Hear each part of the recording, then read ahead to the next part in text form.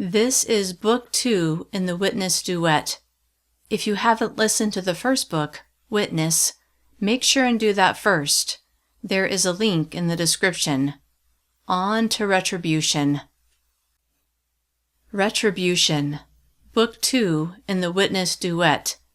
Written and narrated by Christine Kersey. Copyright 2016 by Christine Kersey. Chapter 1. "Who was that, Courtney?" Shelby asked, as I tucked my cell phone in my pocket and plopped onto my bed in our hotel room. It was the middle of May, and we had been in St. George for 2 days.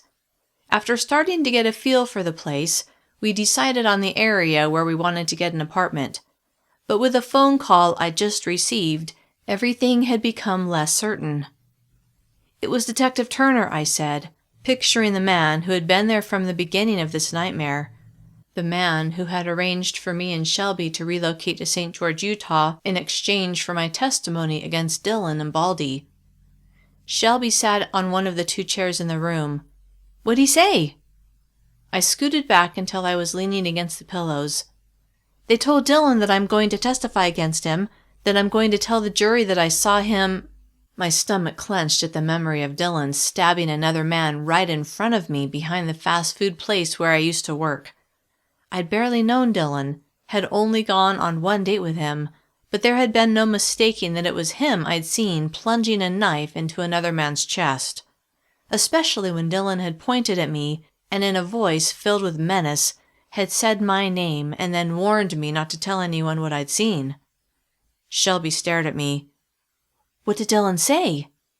Yanked back to the present, I blinked, then said, "He pleaded no contest. I guess he worked out a deal. There won't be a trial." Shelby's mouth fell open. "No way!" Then a huge smile filled her face. "So you don't have to testify, right? Does that mean it's over? We can go back to LA? I shook my head. "There's more." The smile melted from Shelby's mouth. "More?" Nodding, I frowned. "Yeah, they're still looking for Baldy. Aaron Bellingham." "Oh," Shelby said with a grimace. "Right." My gaze flitted around the room as if I could find a safe place to hide from the creepy man who wanted me dead. The idea of him finding me terrified me. Shelby had only seen him once, and from a distance, but I had been up close and personal with Baldy several times. At the park, in my car after finals, and in my car when he and his gang buddies had blocked me in and shot at me. A shiver tore through me at the memory of the bullets striking the ground beside me as I'd huddled beside the passenger wheel of my car only a week earlier. I'd just come from the hospital where I'd been visiting Tyler, the boy I'd been dating who had been severely beaten because I had refused to go with Baldy earlier that day. And as I'd made my way to the police station to ID Baldy, he had attacked me. If it hadn't been for the pepper spray I'd squirted into his face, I would most likely be dead. A fresh spasm of terror roared through me at the thought. Shelby's brow wrinkled in obvious concern. "Did Detective Turner say if they're close to catching him?" I swallowed over the fear clotted in my throat and ran my hand over the bedspread. "They have a few leads, but—" I let the sentence trail off, not wanting to give a false sense of hope that Baldy would be off the streets and out of our lives any time soon. "What if they can't find him?" Shelby asked, her voice dropping to a near whisper. I didn't want to think about that. The man was evil personified, and the idea of him being on the loose where he could come across me, even by accident, made me want to cower in this hotel room for the rest of my life. "They'll find him," I said, trying to convince myself more than Shelby. "Yeah, you're right." She smiled as if she believed me, but I had my doubts that he would ever be found. "Yeah," I murmured. I clung to the hope that they would find him. They had to. Otherwise, I would never feel safe again. Chapter 2. "What do you think?" I asked Shelby as we stood in the living room of the 2-bedroom townhouse we were considering renting. It was near the university, and each of the bedrooms had an ensuite bathroom. "I like it," she said. It had been 24 hours since I'd spoken to Detective Turner, and since Baldy hadn't shown up in St. George yet, my fear had receded enough for me to step out of the hotel room and begin looking for a place to live. I'd spoken to my mom the night before, and after telling her the latest, she'd agreed that I should move forward with my plans to find a place to live. Shelby and I had looked at several apartments that day, but this place seemed the most promising. I turned to Denise, the woman who owned the townhouse. "When can we move in?" She smiled and held out 2 sheets of paper. "You both need to fill these out, and if your credit looks good, we'll move forward." We took the rental applications, and after Shelby and I filled them out, we handed them back. Denise read them over, then smiled at us. "I'll get back to you sometime tomorrow." With a nod, we said goodbye, then walked out to my car. "What if they find Baldy and arrest him?" Shelby asked, as she climbed into the passenger seat and pulled the seatbelt across her lap. "Are we going to stay here in St. George?" I started the engine and glanced in my rearview mirror before turning to her. I hadn't let myself think that far ahead. It was all I could manage to hold on to the hope that the police would find him. "I don't know, Shell. What do you think?" She was quiet as I pulled away from the curb and began driving. "Well," she said, "it's more than just Baldy, isn't it? I mean, how many guys are in that gang?" She stared out the passenger window, then shifted her attention to me. "The whole gang probably blames you." She bit her lip. "Blames us for what's happening to Dylan. And if Baldy gets arrested—" She didn't have to finish the sentence for me to know what she was implying. All those gangbangers, those killers, would want revenge. On me. Goosebumps broke out across my flesh. Reaching for the air conditioner to turn it off, I realized it wasn't even on. I drew my hand back and wrapped my fingers around the steering wheel. Although I didn't want to acknowledge the truth of Shelby's words, I whispered, "Yeah." "I guess what I'm saying," she said, "is that we might want to stay here even if they find Baldy." I gave her a reluctant nod. "If we're going to stay here," she said, "we should probably register for fall classes." It was hard to think that far into the future, but since we had basically agreed that we weren't going back to Los Angeles, it made sense to act like this was our new home. "We also need to find jobs," she said. I softly chuckled. "I'm so glad you're here, Shelby. Otherwise, I would be floundering." It was hard to imagine how I would be getting by if I'd had to face this on my own. I would probably be holed up in my hotel room, afraid to so much as leave to buy food. Shelby laughed. "Yes, thank you for dragging me into this mess, so I would have to come along on this adventure." I thought she was joking, but I had to wonder if part of her was mad at me for putting her in danger. "I'm sorry, Shell. I didn't mean for all of this to happen." She was quiet, which made me think she really did blame me for being uprooted. "I know you didn't mean for things to turn out this way," she finally said, but her voice was laced with an undertone of annoyance. "But I have to tell you, it kind of sucks that I had to leave my life behind and basically start completely over." She softly sighed. "And I wasn't even there, you know? When Dylan killed that guy?" She was quiet for several beats. "I'm not even sure how I ended up being involved." Wanting to gauge how upset she really was, I looked her way, but she turned to stare out the window. "It'll all work out," I said, in a lame attempt to soothe her. Her head whipped in my direction. "How do you know that, Courtney? How can you be so sure that Baldy and his friends won't track us down and torture us before killing us, huh? How?" The fear that wrapped around every word that fell from her lips was like an ice pick jabbing at my heart, and I barely managed to pull into the hotel parking lot and park my car before my hands started trembling. "I don't know," I murmured. "What?" she asked. I said, my voice rose in volume, "I don't know, okay? I don't know what's going to happen, but it doesn't help that you're starting to freak out." I choked back a sob. "Don't you know that I'm already scared to death that he'll find me? Find us?" She stared at me, her eyes wide. Then she released a loud sigh as her shoulders slumped. "I'm sorry, Courtney. I know this isn't your fault." An uncertain smile turned up the corners of her mouth. "I'm just really scared." I nodded and thought, that makes 2 of us. She opened her door and climbed out, and I followed. When we reached the door of our room, I slid my keycard into the slot and pushed the door open. "Wait," she said, her gaze shooting around the room. I looked at her. "What is it?" She shivered. "I don't know. I guess I'm just being paranoid." I couldn't blame her. Not after the conversation we'd just had. "Let me take a look," I said. I don't know why I was acting so brave. I certainly didn't feel brave.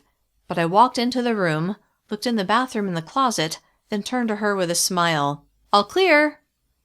She smiled tightly, then walked in the room and locked the door behind her. "Are we going to have to do a room-to-room check every time we come home?" I asked. Irritation flashed across her face. "You tell me, Courtney. You're the one who got us mixed up with these guys." Here we go again, I thought. "Like I said, Shell, I'm sorry." "Sorry won't protect us," she muttered before heading to the bathroom. I watched her go and wondered if there was some way to get her out of the situation. Then it came to me, and the answer was so obvious that I didn't know why I hadn't thought of it the moment she'd begun to complain. Chapter 3. "You don't have to stay with me," I said the second she came out of the bathroom, thinking I'd just solved all of her problems with my brilliant suggestion. Her eyes narrowed. "What are you saying?" What was I saying? I didn't want to do this by myself. That would make it 10 times worse. But I didn't know how much I could take of her blaming me every time she was inconvenienced. Then again, we'd been friends since our sophomore year of high school. We'd been through thick and thin together. I didn't want her to leave, not now. "Just what it sounds like," I said. Uncertainty filled my voice as I reconsidered my suggestion. "You did me a favor by coming here with me. You don't have to stay. You could go anywhere." She cut me off with a wave of her hands. "Hold on. I came with you because you said I was in danger." "Well, yeah," I said. "You were living with me, and you were in the car at the park the first time I met Baldy, so he might know who you are." Just the mention of his name made me shudder. Then I pictured Tyler lying in the hospital. The last time I'd seen him, he'd been unconscious, although Detective Turner had told me he'd woken up later that night and had been communicating. He was only in the hospital in the first place because of me, because I had waited so long to go to the police with the truth. "Shelby," I said as I leaned against the desk, reluctant to point out how hazardous it had become to know me. "You didn't see Tyler, but he was in pretty bad shape." The look of confusion evaporated and her lips pressed into a straight line. "How do you know for sure that it was Baldy and his friends that did that to him?" She had a point there, but I'd convinced myself that there was no other explanation. "Who else could it have been?" I asked. "I don't know. Someone who wanted to rob him, maybe?" "Nothing was stolen," I said, my voice soft, "and it happened right after Baldy told me someone was going to get hurt if I didn't go with him." She sank onto her bed, then leaned forward and rested her elbows on her knees. "Yeah, I guess you're right." I didn't want to be right. I would have preferred to be proven wrong, to know that what had happened to Tyler had nothing to do with me, but there was no way to prove that, and the police hadn't found any evidence to the contrary. I hadn't spoken to Tyler yet, but Detective Turner had told me that Tyler hadn't seen any of the faces of the people who had jumped him. Shelby lay back and stared at the ceiling. "We need to find jobs, Courtney. Pronto." Glad for the change in subject, I grabbed my laptop and began searching for jobs in the area. That afternoon, after Shelby and I had applied to a number of jobs, we picked up dinner from a local fast food place before bringing it back to the hotel. Just as I was about to take a bite of my burger, my phone rang. It was Tyler. "Is it really you?" I asked, surprised to hear from him. "Yeah," he said, "it's me." I set my burger on the paper wrapper and looked at Shelby with a smile. She smiled back, then popped a French fry into her mouth. "How are you?" I asked. "Are you still in the hospital?" I hadn't spoken to him since he'd been beaten. I had wanted to talk to him, but Detective Turner had discouraged it. But now, as I heard his voice, I missed him desperately. "I'm okay. I'm out of the hospital, and I'm not feeling too bad." "Where are you? You're not back at your apartment, are you?" Fearful that Baldy would come after him again, I tensed as I waited to hear his answer. He chuckled. "I'm kind of between places." Assuming that meant he'd been put in the same relocation program as me, I relaxed. "So you can't tell me where you are?" That was fine with me, as long as he was safe. "I'm actually staying with my parents in the Bay Area while I figure out where to go." Shame at the role I'd played in screwing up my friends' lives, first Shelby and now Tyler, pierced me. "I'm so sorry, Tyler. I never thought this would happen." "It's not your fault, Courtney." But I knew different, and I didn't know if I would ever be able to forgive myself. Regardless, I didn't argue with him. "How can I make it up to you?" He was quiet. "Maybe I could, come where you are?" My eyes widened. There was nothing I would like more. Before everything had gone sideways, Tyler and I had been in the early stages of our relationship, and I'd been less than happy that we'd had to cut things off so abruptly. "You want to leave LA for good?" I asked. "Was that Turner's idea?" "Not exactly." Not sure which question he was answering, I glanced at Shelby, who was watching me, obviously wondering what was going on. To show her I didn't have all the answers yet, I shrugged. "What do you mean?" I asked. "I mean, my parents are pushing for me to move away from LA. They were pretty upset about everything." Fresh guilt swept over me, and I reconsidered the idea of continuing our budding romance. I didn't think his parents would appreciate the role I'd played in getting their son beaten to within an inch of his life. "Anyway," he continued, "I'm okay with a change of scenery." "You can choose where you want to go," I said, as I remembered the conversation I'd had with Detective Turner. "Of course I can." The way he said it, like that was obvious, made me narrow my eyes. "Did you agree to testify? So you could get in the relocation program?" He laughed. "Testify against who? I have no idea who did this to me, Courtney." Oh, that angle hadn't occurred to me. "Anyway, it doesn't matter. My parents are more than happy to finance my move. They just want me safe." They wouldn't think being with me was a safe place to be. "Did you tell them you're thinking of moving where I am?" He laughed. "First of all, I have no idea where you are. Second, no, I didn't." That's what I'd figured. Then I decided to voice my concern. "Tyler, if they want to keep you safe, they're not going to want you to be anywhere near me." He was silent. "Courtney, I really care about you. That's what matters." Then his voice became more firm. "Do you really think I'd feel good about hiding out somewhere and leaving you on your own when you could be in danger?" Warmth toward him suffused me, and tears filled my eyes. "So really," he said, "it's up to you. Will you tell me where you are?" My eyes went to Shelby, who was watching me with interest. "Hang on," I said, before muting the phone. Then I looked at Shelby. "Do you think I should tell him where we are?" She shrugged. "We told our families. We're just not supposed to tell anyone who would tell Baldy, right?" "Right," I said. She half smiled. "I don't think Tyler's going to tell Baldy, do you?" I shook my head, then unmuted the phone. "Tyler, you can't tell anyone where I am." "Of course not." I bit my lip, glanced at Shelby, then said, "I'm in St. George, Utah." Chapter 4. "Should I have told him?" I asked Shelby after I disconnected the call. "I think it's okay," she said.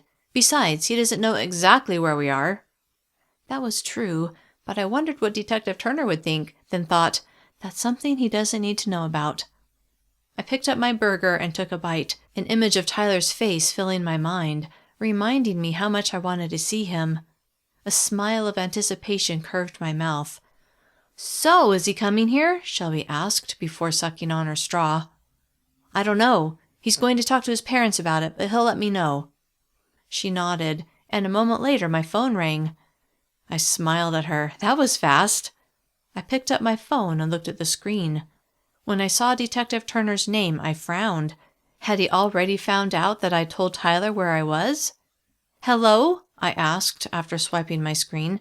"Courtney," he said, "I have some good news." He doesn't know I told Tyler, I thought. Relieved, and curious to know what his good news was, I said, "What is it?" "We captured Aaron Bellingham." Overwhelming relief gushed through me. "You caught Baldy?" My gaze went to Shelby, whose face lit up at the announcement. That's right, just this afternoon. I knew you would want to know right away. Did he say anything, about trying to hurt me? No, he's refused to answer our questions. That figured. What happens now? He'll be arraigned on Monday, which is when he'll enter his plea and the judge will set bail. Set bail? For some reason, I'd forgotten about that part. I thought once he was arrested, I would be safe. Yes. But he tried to kill me. Turner was quiet. Courtney, I'm afraid the DA's decided not to charge him for attempted murder. What? There's just not enough evidence that he's the one who pulled the trigger. This was bad news after bad news. But he yelled for them to kill me, and then someone shot at me. That's something else I wanted to talk to you about. What?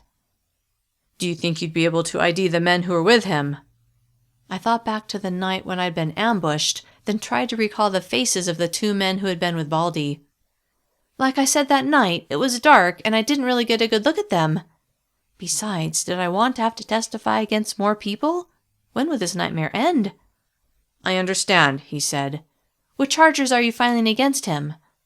Felony witness tampering, which carries a sentence of up to 20 years. That seemed pretty substantial. Okay. The DA feels like he has a solid case, Courtney. That made me feel better, although I fervently wished this was all over.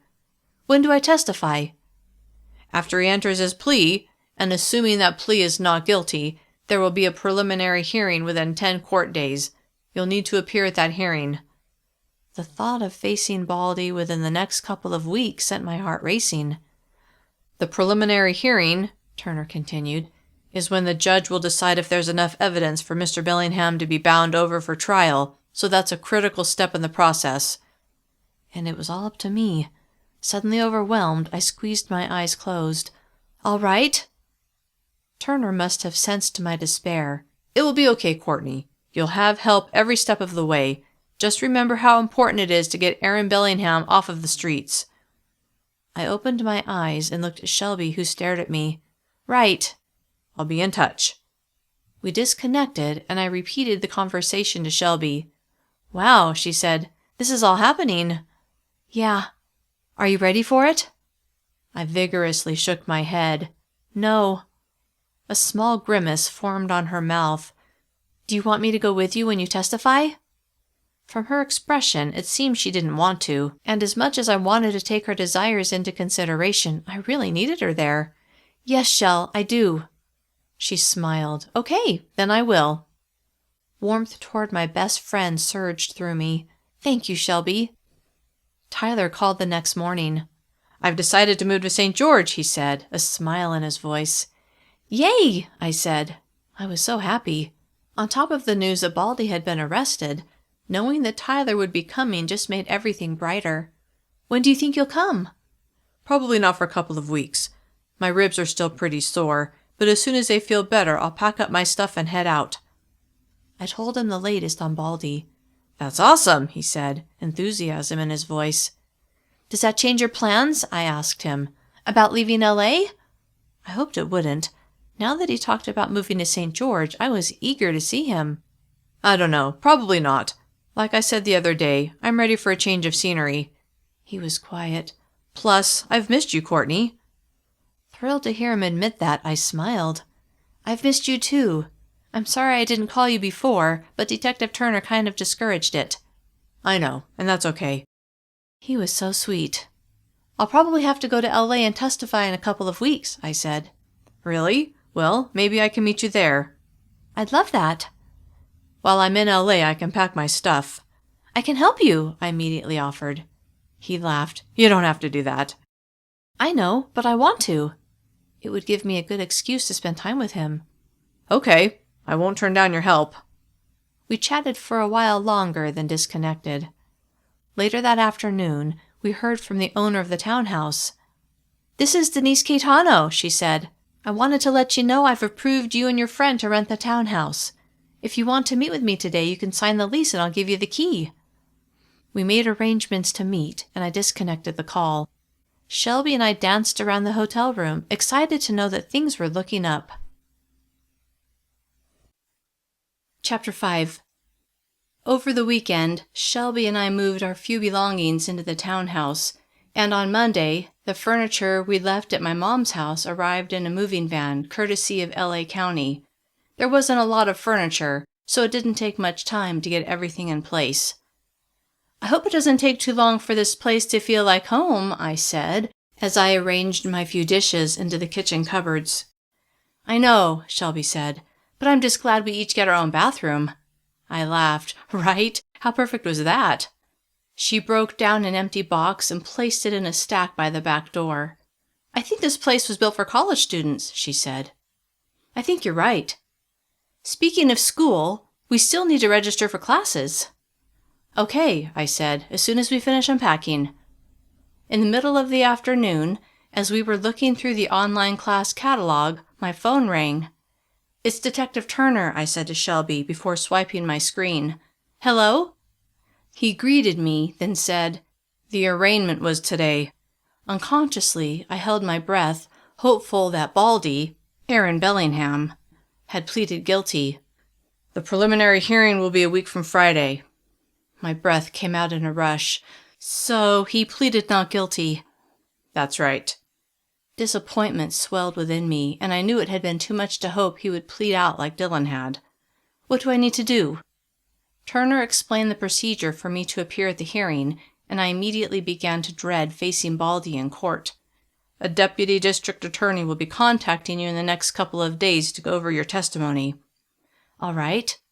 Though eager to get this whole thing over with, I wasn't in a hurry to drive back to LA and actually testify.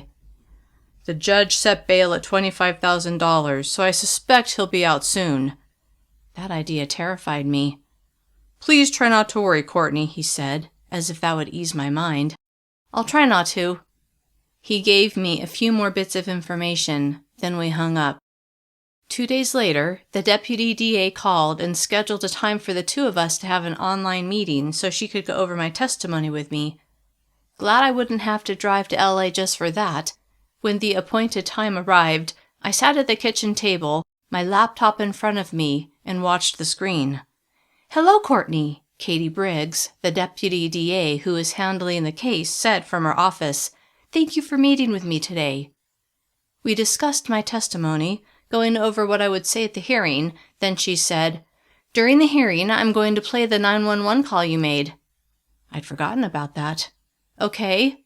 "I want you to listen to it now," she said. "Is that okay?" Not exactly eager to hear it, I knew it would be better to listen to it now and be prepared for the emotions it would dredge up, rather than hear it for the first time during the hearing. "I suppose so." "Good," she said. Then she began playing the recording. As I listened, my heart pounded as the memories of that night flooded my mind, and I dreaded facing Baldy even more. I looked at the screen and saw concern on Katie's face and realized my expression must have shown my fear. I released a soft breath and centered myself, reminding myself that Baldy had been arrested. When the recording was done, we talked some more, and then she reviewed what would happen at the preliminary hearing. "Assuming the judge binds the case over for trial," she said, "Mr. Bellingham will have another arraignment where he will enter another plea." She studied me through the camera on her computer. "It's very possible that he'll plead no contest at that point rather than go to trial." "That would be great," I said. "Yes, it certainly would be, but for that to happen, he'll need to feel confident that your testimony, plus the 911 recording, will convince a jury of his guilt." That put a lot of pressure on me, but after talking to Katie, I felt ready to face Baldy, despite my fears. "I'll do my best." She smiled. "I'm sure you will, Courtney. You have all the information you need, so I'll see you on Friday." "Thank you," I said. She stared at me steadily through the screen. "Thank you, Courtney. If it wasn't for people like you, people with courage, it would be much harder for those of us prosecuting these cases." Her words and the warmth I felt from her made me feel much better about everything. As we disconnected and I closed my laptop, a sense of calm settled over me. Everything was going to be okay. I would face Baldy on Friday, then I would go on with my life, and as a bonus, Tyler and I would have the chance to pick up where we had left off. Chapter 6. On Thursday afternoon, The day before the preliminary hearing, Shelby and I drove to LA and checked into a hotel. The county had paid for our gas and then for us to spend the night at the hotel. Stressed about the hearing, I hardly slept, and I was up hours before we had to leave. "Are you awake?" I asked Shelby as I turned on a bedside lamp Friday morning. She groaned. "I am now." "Sorry to wake you, Sleeping Beauty, but I can't sleep." She threw one of her pillows at me. "Thanks for making me suffer with you." I laughed. "That's what friends are for, right?" She grabbed another pillow and burrowed deeper under the covers. With a sigh, I sank onto the plush chair near the window, and in preparation for testifying, I mentally reviewed my testimony. When I entered the courtroom later that morning, despite the fact that I didn't want to look at Baldy, my gaze zeroed right in on him. Tattoos threaded up his neck and onto his face, and I was glad his back was to me as I walked toward the witness stand. Shelby sat near the back, and I was glad to have her there. I'd stayed outside of the courtroom until they'd called me to the witness stand, but now it was time to face my fears. I passed the rows of spectators, and as I passed the table where Baldy sat, my heart began pounding so hard I placed my hand on my chest. Not able to help myself, my eyes shifted in his direction. He glared at me, and I quickly looked away before making my way to the witness stand. The bailiff swore me in, and I studiously ignored Baldy. Katie took me through my testimony, and I recounted how I'd first met Baldy at the park, then how he'd stopped by my work, grabbed my wrist, and said, "Silence saves lives." I described the way he and his friends had forced me into my car at the school parking lot, then had told me that if I didn't want anyone to get hurt, I needed to go with them. Then I talked about the final run-in with Baldy when I'd been on my way to the police station to ID him. I was driving along, I said, my focus shifting to Baldy before going back to Katie, all by myself, when a car stopped right in front of me, making me slam on my brakes and run into them. A second later, a man came rushing toward my car, and that's when I knew it hadn't been an accident. But when I tried to back away, another car was right behind me, blocking me in. As I relived that night, especially with Baldy sitting only a few feet away, my heart raced painfully and my hands shook. "Then what happened, Courtney?" Katie asked. My attention shot to Baldy again, and when I caught him glaring at me, I mentally cringed. I called 911. "I'd like to play a recording of that call," Katie said. The judge agreed, and the recording began playing. Even though I'd heard the recording once before, having Baldy sitting mere feet away from me while I listened to it brought the terror of that night right back. My voice could be heard a little breathless as I said, "I'm in my car, and I'm about to be attacked." The dispatcher asked me where I was, but the next thing on the recording was the sound of pounding. I remembered that that was the moment Baldy had stood next to my car and hammered his fist against my window. My voice again. I just came from the hospital. I was on my way to the police station." The pitch of my voice rose. "Call Detective Turner. Tell him it's Courtney. He knows where I am." The dispatcher replied, "Okay, ma'am. Please stay on the line." The next sound was shattering glass, and as I listened to it, I recoiled slightly, remembering the abject terror I'd felt in that moment. I remembered that I dropped the phone, but you could still make out Baldy's words. "You talked to the cops, didn't you?" I heard scuffling and remembered that I'd tried to stay out of Baldy's grasp. Then he could be heard saying, "I warned you not to talk, and now you're going to pay." I pictured the gun he'd pointed at me, and then he could be heard saying, "But first I want to have a little chat with you, find out exactly what you said." I shouted, "Leave me alone!" As I listened, it was as if it was happening all over again, and I couldn't stop myself from looking at Baldy as he slouched at the defense table. He stared at his hands, and I wondered what he was thinking. There was more scuffling on the recording, and I knew that was when I'd been digging for the pepper spray in my purse, then had found it, and had squirted it directly into Baldy's face. "Get her!" someone yelled. "Help me!" I screamed. Then the sound of sirens. A string of obscenities followed by, "Let's get out of here." More scuffling sounds, then Baldy clearly saying, "I'm gonna kill you." "We gotta get out of here," one of his buddies said.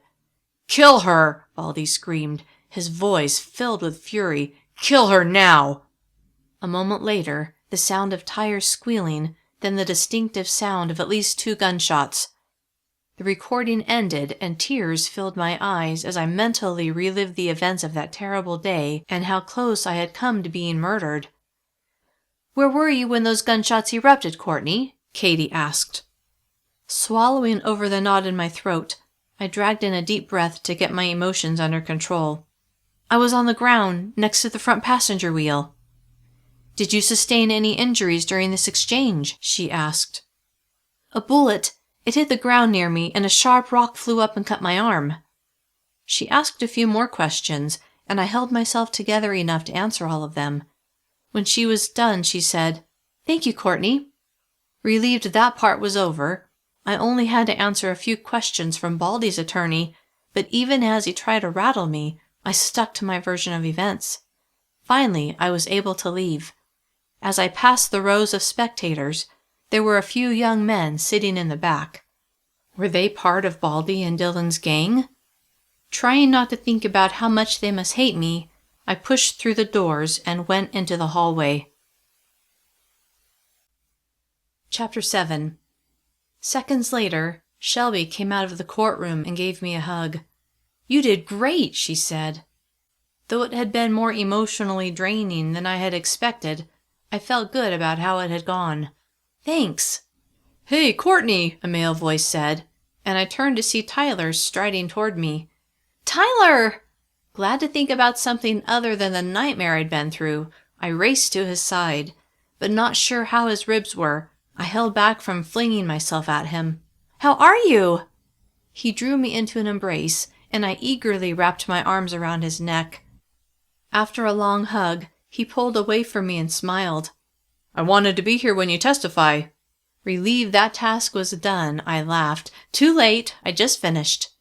"Oh, I'm sorry I didn't make it in time." "That's okay." "Ms. Hartford?" a police officer said as he approached me. "Yes?" I said as I turned to him. "I'm here to take you back to your hotel." "Okay." This was the same officer who had driven Courtney and me from the hotel to the courthouse, and I was thankful for his protection. "Are you ready to go?" he asked with a smile. "Yeah, just give me a second." He nodded, then walked down the hall and stopped, obviously waiting for me. Looking concerned, Tyler asked, "Are you still planning on helping me pack today, or do you need to head home?" I glanced at Shelby before turning back to Tyler. "We'll head over to your place after we check out of our hotel." His eyebrows furrowed. "Are you sure it's safe?" Though I wasn't sure of anything, I wasn't going to let fear keep me from spending time with Tyler, not after all he'd been through because of me. Not only that, but Baldy was in the courtroom, and my testimony was now on the record. What would he have to gain by sending someone after me now? "I think it'll be okay," I said. "What do you think, Shelby?" She shrugged. "Yeah, I guess so." With a last hug, I told Tyler goodbye, then walked with Shelby to the police officer. After we checked out of our hotel, Shelby and I headed to Tyler's apartment. I knocked on the door, and a moment later he greeted us with a smile before inviting us in. I saw a small stack of flattened boxes lying on the living room floor.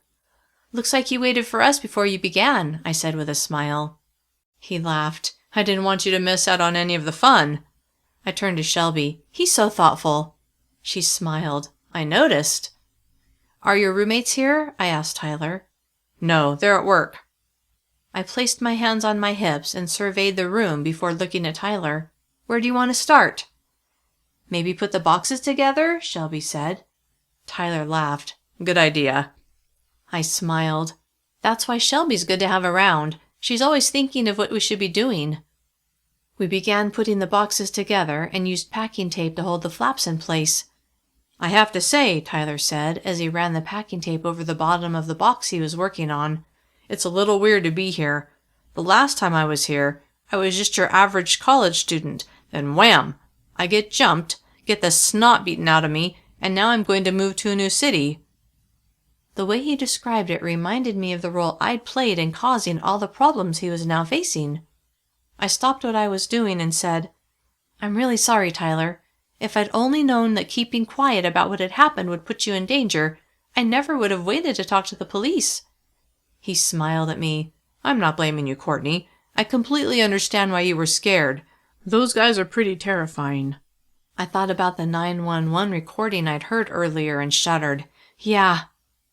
We finished putting the boxes together in silence, then carried them into Tyler's room where we began filling them with Tyler's stuff. It didn't take long to fill all the boxes we had. I'm starving, Shelby said. I'm kind of hungry too, I said as my stomach growled. If you let me take your car, she said, I can pick something up. That'd be great, Tyler said. We discussed what we wanted. I gave Shelby my keys and she left. Tyler sat on his bed and rubbed his side. Are your ribs hurting? I asked, guilt slicing through me again as I stood beside his bed. A little. Can I get you anything? A painkiller or something? He shook his head. Nah, I took something before you got here. It's all this packing, I said. You're overdoing it. Laughing, he leaned against his pillow. At least I don't have to do it all myself. Extra glad I had offered to help, I looked at the stack of filled boxes. Do you have any more empty boxes in your car? Yeah, why? Not wanting him to overexert himself, I said, I can get them. A frown turned down the corners of his mouth. I'm not helpless, Courtney. I know, but how are your ribs going to heal if you don't let people help you? He scowled. You sound like my mother. I laughed. Sounds like she cares about you. His eyebrows rose. Are you saying you care about me? I sat beside him. Yes, of course I do. He tugged me against him, and I lay my head on his shoulder. It felt good to be close to him again, especially after all that had happened since the last time we'd been together. I pictured him unconscious and remembered how I'd cried at his bedside, feeling so terrible for what he was suffering because of me. It was awful seeing you lying in that hospital bed, I said. Well, I'm okay now. Using one finger, he tilted my chin so that our lips were only inches apart, then he pressed his mouth to mine. His kiss filled me with warmth and security, and after a moment I pulled away and said, I'm so glad you decided to move to St. George. He smiled. Me too. Then he scanned the room. But before I can move there, we need to finish packing. I laughed, then stood. Where are your car keys? With a small frown, he dug into his pocket, pulled them out, then held them in his hand. I can get the boxes, you know. I shook my head. No, I'm going to get the boxes. You're going to take it easy. Then I gently unwrapped his fingers from the keys and lifted them from his hand. I'll be back in a second. I walked out the door of the apartment and strode toward the parking lot. But the moment I reached it, a young man stepped out from behind a post and stood in my path. Chapter 8. You're Courtney, aren't you? He asked. He looked vaguely familiar, and I tried to recall if he was one of the young men I'd seen sitting in the courtroom, my mind racing with what this could mean. Who are you? I asked. Someone who wants to talk to you. I took a step back. I don't want to talk to you. About to turn and run, I saw his hand shoot out, then he grabbed my arm. Wait, he said. On the verge of hysteria, I said, Let go of me! Please, I just want to talk to you. Then his hand dropped from my arm and his voice softened. Please. Uncertain if I should hear him out, I glanced around to make sure he didn't have any friends lurking about, but didn't see anyone. Then I considered the fact that he wasn't forcing me to stay, and I decided to listen. What do you want? He sighed. I know you don't know who I am, but you should know that what you did affected a lot of innocent people. Confused about what he was talking about, I didn't say anything. Then I thought of Tyler and what he had been through, what changes he was still facing. Then I thought about Shelby and how I had put her life in an upheaval. He was right. It's not my fault, I said, more to convince myself than him. His eyes narrowed. Of course it is. You didn't have to talk to the police. Now my little brother is heartbroken and our mother doesn't know what she's going to do. A light bulb came on. You're Dylan's brother, aren't you? That's right. My name's Ian, and thanks to you, my little brother's chances of staying out of trouble just went way down. I don't want this life for him. Dylan was the only thing standing between him and the gang. I pictured the 11-year-old boy I'd seen Dylan playing with at the park, and remembered Dylan telling me how he took his brother bowling to keep him out of trouble. Despite what Dylan had done, I felt desperately sad that he wouldn't be there for his family any longer. Still, I knew it wasn't my fault that all this had happened. I needed Ian to know that. "Look," I said, "I'm sorry Dylan's going to prison, but I'm not the one who killed a man. He is." Ian's nostrils flared. "I don't know why he killed that guy, but neither do you." "You're right, I don't. But Dylan pleaded no contest, which is basically admitting guilt. How is that my fault?" Ian shook his head. I wanted to end this conversation. "What do you want from me?" He stared at me. "I want you to suffer the way my family has suffered." The cold and calm way he said the words sent a ripple of alarm through me. "What do you mean?" His eyes hardened, then he turned and strode away. Desperate to know what kind of threat he was making, I called after him, "Wait!" He stopped and turned. "This isn't my fault," I said, frantic for him to know that, to believe that. "I never meant for anything bad to happen to Dylan." At the disbelief on his face, I said, "I liked Dylan." His jaw tightened. "Please," I begged. "Leave me alone. Just put this behind us."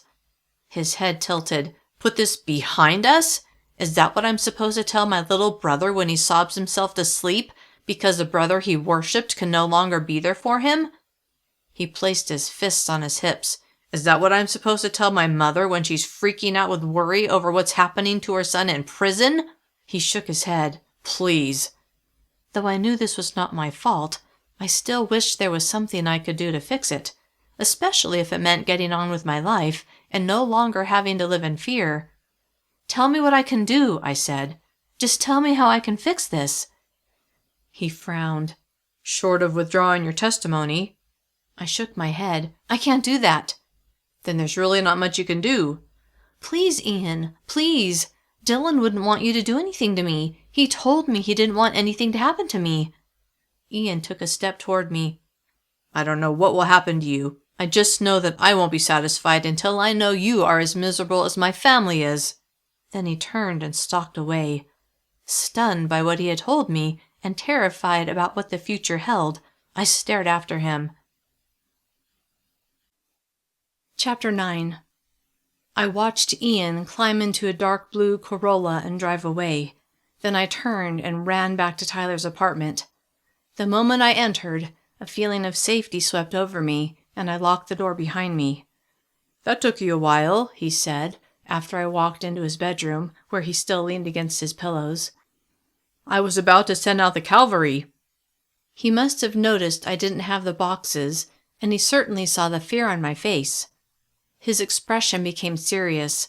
"What happened?" I swallowed over the knot of worry in my throat. "I ran into Dylan's brother." "What?" His gaze shot behind me. "Is he still here?" I shook my head, then told him what Ian had said. "You need to tell the police about this," he said. "I know." Then I sank onto the bed beside him. "Right now, Courtney." I laughed, but it sounded forced. "Now you sound like my mother." He didn't smile. "Okay." I took my phone out of my pocket and dialed Detective Turner's number. After several rings, I got his voicemail. "This is Courtney," I said after the beep. "Something happened just now, and I need to talk to you about it right away. Please call me when you can."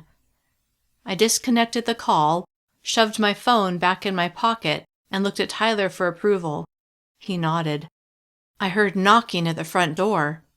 I stared at Tyler, my heart pounding. "Stay here," he said, his voice serious. He pushed himself off of the bed and walked out of his room. Hurrying after him, I shouted, "Wait!" He turned to me, his eyes wide. "Do you have anything to protect yourself with?" I asked. He glanced around, his head moving in frantic jerks. The knocking sounded again, and a female voice called through the door, "Courtney, open up!" A whoosh of air left my lungs. "It's Shelby!" Relieved beyond belief, I shouted, "Coming!" My voice was only a little shaky. Tyler opened the door. Shelby stood on the threshold, bags of food in her hands. "Lunch has arrived," she said with a big smile, completely unaware of the drama that had just taken place. Glad for the distraction, I locked the door behind her, then followed her into the kitchen where she was laying the food out on the table. "You should tell her," Tyler said, as the three of us sat down. "Tell me what?" Shelby asked. Not wanting to voice the truth, the danger seemed to surround me and those that I cared about. I frowned. Seeming to sense that something important had happened, Shelby looked at me. "What is it? What happened, Courtney?" I pressed my lips together as if that would keep the danger away. Then I inhaled sharply through my nose before slowly exhaling through my mouth. "I met Dylan's brother today." She tilted her head. "The one we saw at the park? When did this happen?" I shook my head. "No, his other brother, the one who's 17. Remembering the way he had suddenly appeared in front of me, I shuddered. "His name's Ian, and he was waiting for me when I went to get more boxes out of Tyler's car." "I shouldn't have let you go by yourself," Tyler muttered, as if this was his fault, "especially not today." "It's okay," I said to him, placing my hand on his arm. Nothing happened. His eyes flashed. "Not this time, but what about tomorrow, or the day after that?" "Wait," Shelby said, waving her hands. "What happened?" I replayed my conversation with Ian. Then with a shaking hand, I picked up my soda before taking a drink. Shelby's eyes narrowed. "He said that? Did he want you to be miserable? What does that even mean?" Her eyes went between me and Tyler. "Is that even a threat?" I shrugged, proud that I was hiding my fear so well. "I left a message for Detective Turner, so I guess we'll see what he says." "Do you think he'll do anything?" Shelby asked, concern clear on her face. "Ian, I mean. Do you think he'd do something to hurt you?" She swallowed. "Or those close to you?" Her eyes went to Tyler as if to emphasize that it had happened before. I didn't want to think about that, but I knew it was a distinct possibility. "I don't know." "We should leave," she said as she began putting her food back in the bag. "Now?" I asked. "Yes, right now." I looked at Tyler, then at Shelby. I didn't want to leave Tyler alone. He was already weak from his last beating.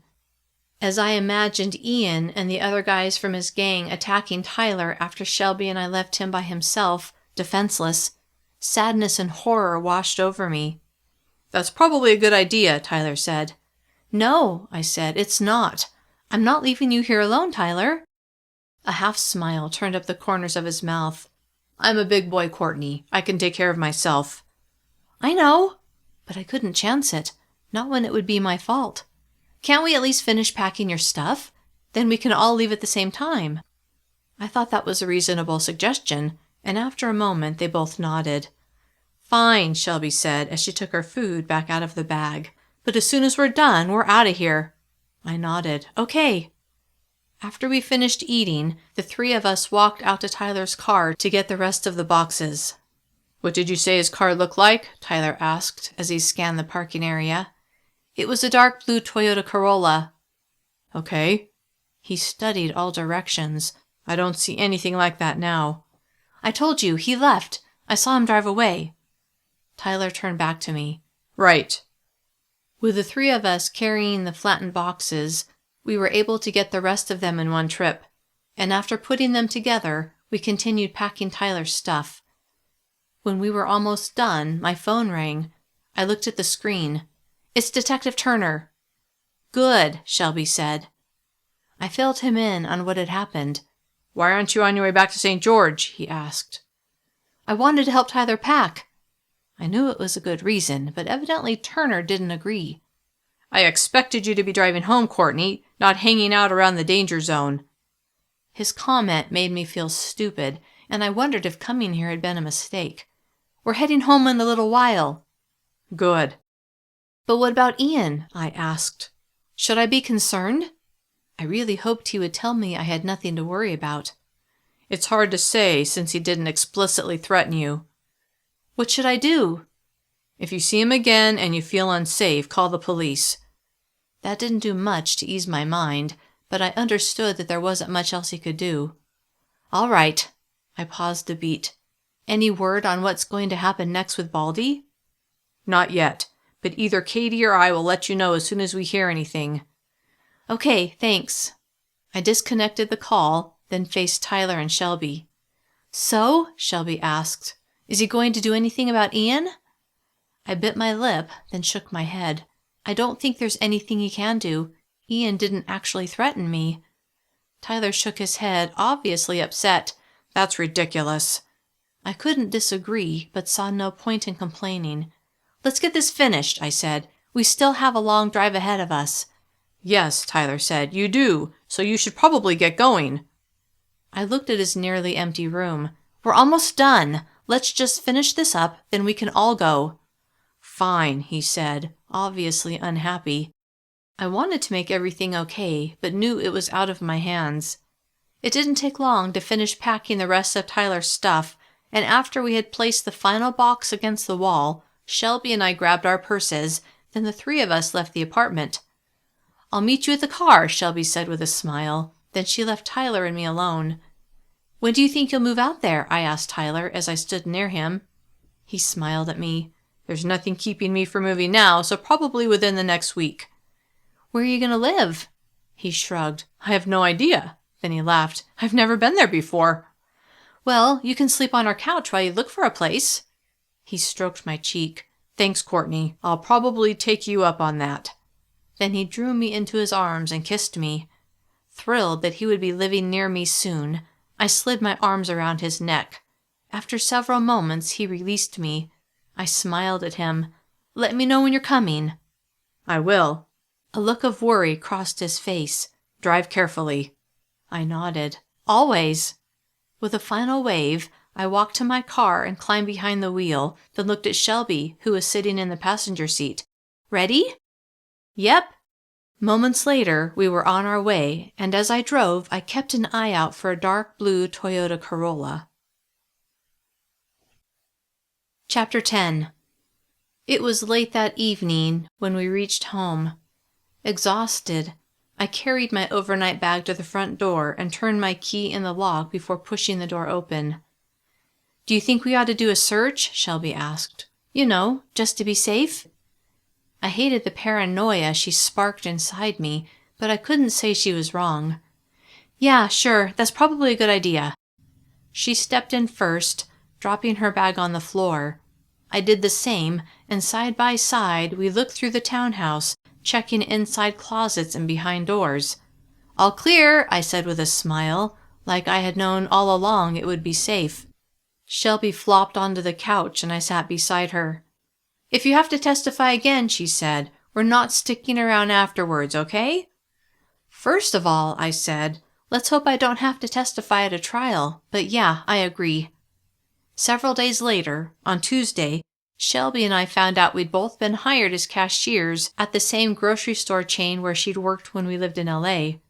Relieved that I would have income again, I sat on my bed while I called my mom to tell her the latest. Since moving to St. George, I'd spoken to her often, and when I told her I had found a job, she was happy for me. Any word on whether your testimony convinced Aaron Bellingham to plead guilty? She asked. Not yet. I was on pins and needles myself, wondering if I would have to testify again and in front of a jury. All right, she said. Well, keep me posted.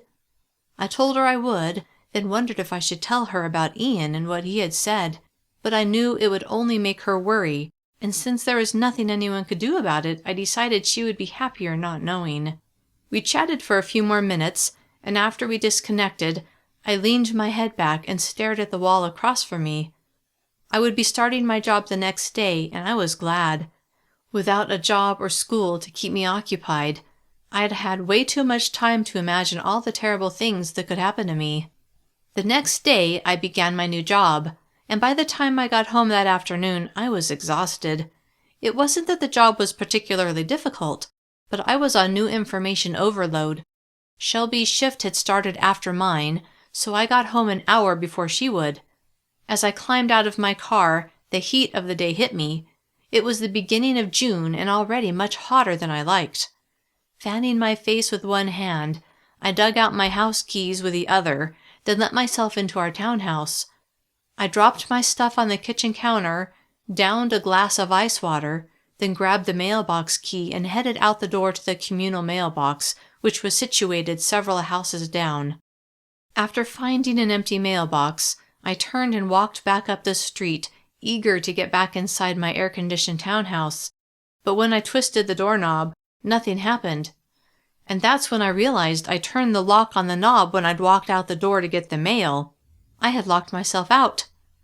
I guess that's what happens when your mind's fried, I thought. Habits take over. Frowning, I reached for my back pocket where I often put my phone, but it wasn't there. Mild panic swept over me. I had no way to get inside, and I had no way to call Shelby, and she wouldn't be home for another hour.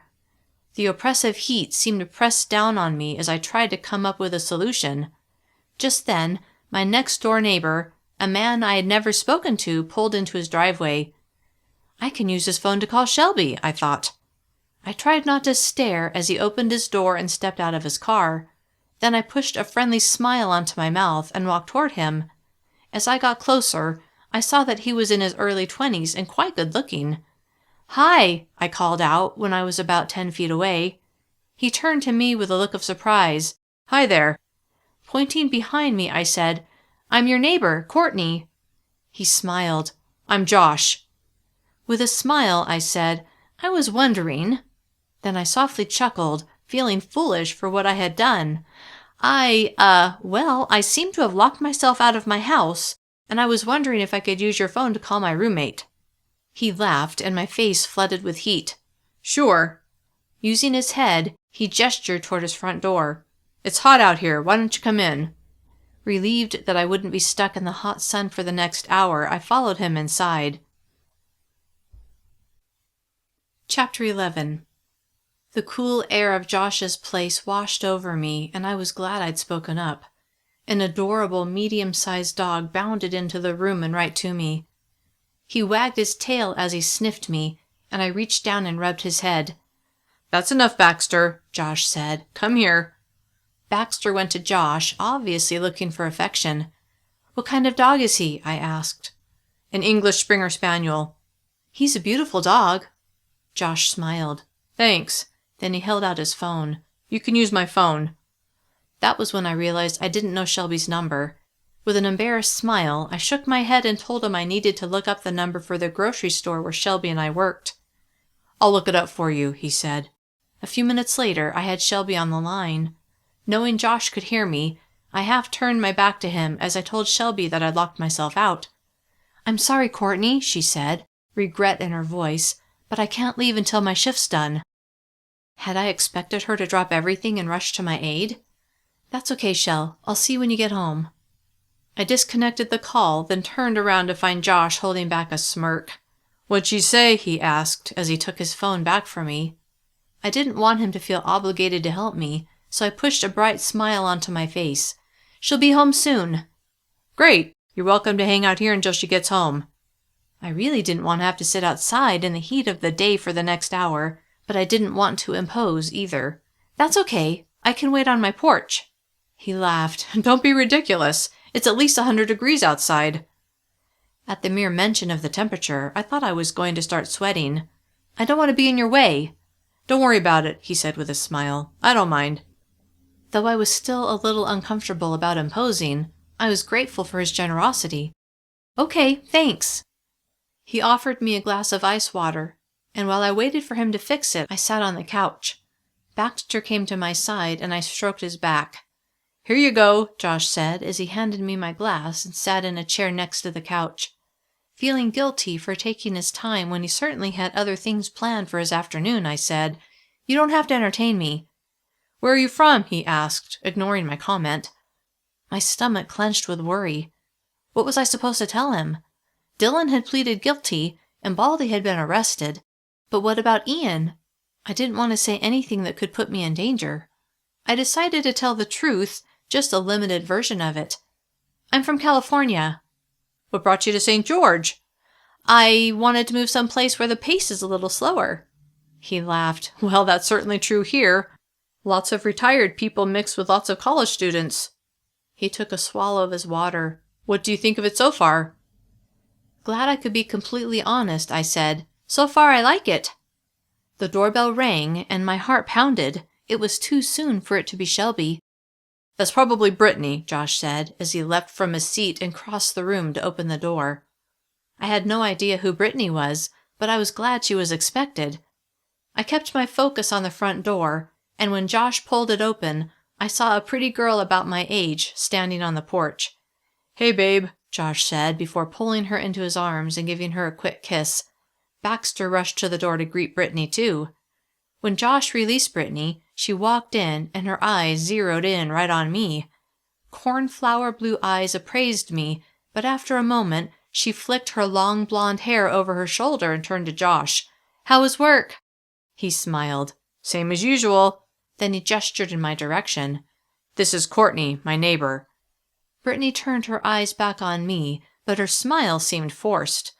Wanting to make it clear that I wasn't moving in on her boyfriend, I said, "I locked myself out of my house, and Josh was kind enough to let me stay here until my roommate gets home." The corners of her lips turned up in a more relaxed-looking smile. "I've done the same thing." An awkward silence settled over us, and I knew, heat or no heat, it was time for me to go. I stood. "Shelby should be home soon, so I'll get going." "You don't have to leave," Josh said, and he seemed to mean it. But when I looked at Brittany's face, I could see she didn't seem to care as much about my comfort. "No," I said, as my gaze flicked from Brittany's face back to Josh's.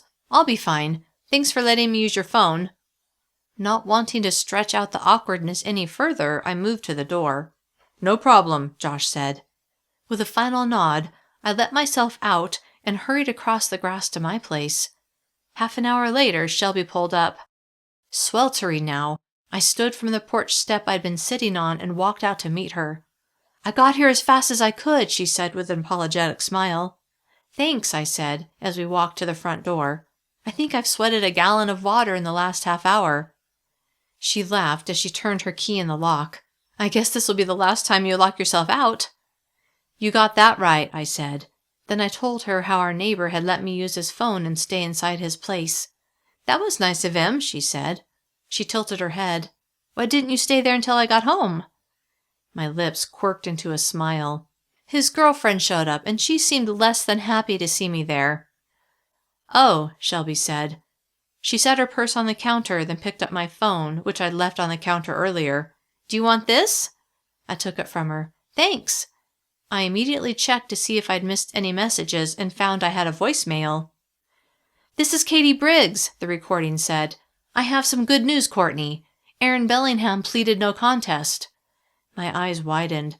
"It looks like between your testimony and the 911 recording, he was convinced going to trial would be a mistake. Congratulations. Let me know if you have any questions." I tucked my phone into my pocket and turned to Courtney with a grin.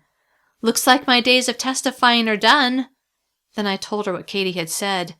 "That's fantastic," Shelby said as she sat on the couch. Hardly believing my luck, I sat beside her. Then I pictured Ian's face and heard his words echoing through my head. "I don't know what will happen to you. I just know that I won't be satisfied until I know you are as miserable as my family is." Fresh alarm surged deep inside me, and I knew my days of worry were far from over. Chapter 12. Later that evening, after Shelby and I had finished cleaning up from dinner, I texted Tyler to find out when he was going to move here. He didn't reply right away, but when he finally did, his answer was not what I wanted to hear. From Tyler: "There's been a change of plans. Is this a good time to talk?" I glanced at Shelby, who was scrolling through the screen on her phone, then told him yes. Wanting to talk to him in private, I told Shelby I would be back in a bit, then went into my room and closed the door. I stretched out on my bed, and a moment later my phone rang. "Hi, Tyler," I said after swiping my screen. "What's going on?" "It looks like it might be a while before I can move out there." Disappointed, I suppressed a sigh. "How long are we talking about?" "As long as it takes me to save the money to move." My eyebrows pulled together. "I thought your parents were going to cover the cost." "They were." "Were?" "Yeah. I made the mistake of telling them about that kid, Ian. I told them how he confronted you at the apartment and what he said." My shoulders sagged. "So now they don't want you to be anywhere near me." Not that I blame them. Guilt for wanting him to move closer to St. George pierced me, and I knew I'd been selfish in encouraging him to come in the first place. From the moment he'd suggested it, I should have discouraged it. "Yeah, basically," he said. The image of him lying in the hospital bed, unconscious, hooked up to all kinds of equipment, filled my mind. Your parents are right, Tyler. It's not safe to be around me. It pained me to say those words, especially since it would pretty much mean the end of our budding relationship, but it was the right thing to do, and I was done doing the wrong thing. He was silent, and I wondered what he was thinking. "Tyler?" I bit my lip as I waited for him to answer. "Yeah?" Suddenly, I didn't know what to say. Should I tell him to forget his safety, that the risk was worth it? But how could I claim that? It wasn't true. Instead, I said, I'm sorry." A sigh came across the line. "I have to think about this." Then he softly chuckled. "I mean, sometimes I have flashbacks to that day." I didn't need him to tell me which day he was talking about, and shame at the role I'd played in getting him beaten settled over me like a poisonous fog. I was about to apologize again, but what good would that do? I'd already apologized to him, and it seemed empty. "What can I do to help you?" I asked instead. "I don't know. I guess I just need you to give me a little time to decide." The gravity of that statement hit me hard. His decision didn't just involve whether or not to move to St. George. Really, he was deciding if I was worth his time, if he wanted me to be in his future. My hand went to my chest, and I rubbed at the sharp pain that had started there. "Okay." My voice was soft, barely above a whisper. I guess I'd better go." He doesn't want to drag this out, I thought. "All right. I'll talk to you later?" "Yeah, be safe, Courtney." "Right, you too." Don't be a dimwit, I thought. He'll be perfectly safe as long as he stays away from you. We disconnected, and I dragged myself off of my bed and trudged into the living room. "Who were you talking to?" Shelby asked as I dropped onto the couch beside her. "Tyler." "By the look on your face, I'm guessing it wasn't a happy conversation." One corner of my mouth turned up in a partial smile. "You could say that."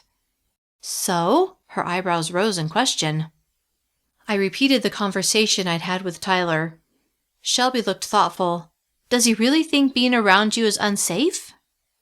"I guess he's not sure," I said. Then the obvious occurred to me. Shelby was around me, lived with me. How safe was she feeling at that moment? "What about you, Shelby?" "Me? What do you mean?"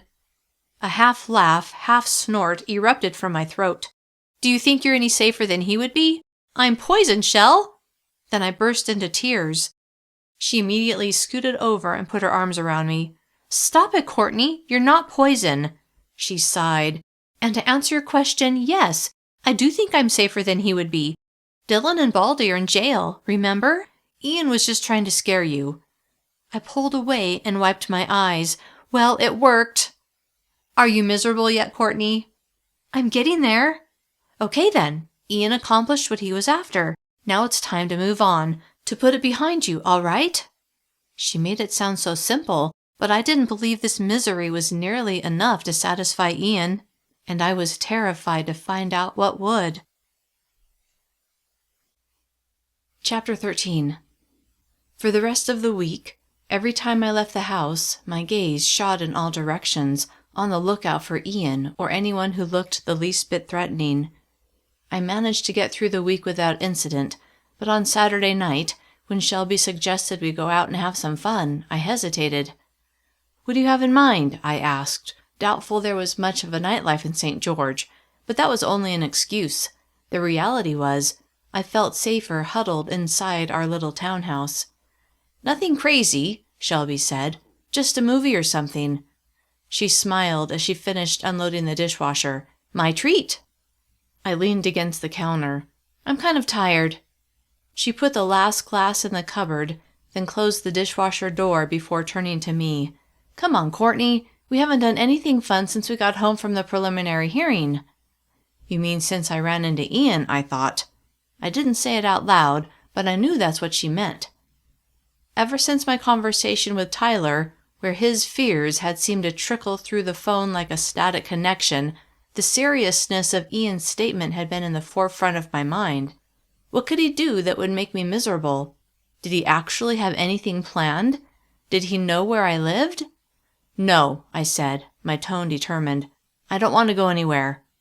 Shelby sighed, clearly not understanding the terror that coursed through me whenever I imagined Ian showing up, his gang buddies standing beside him, guns drawn and pointed at me.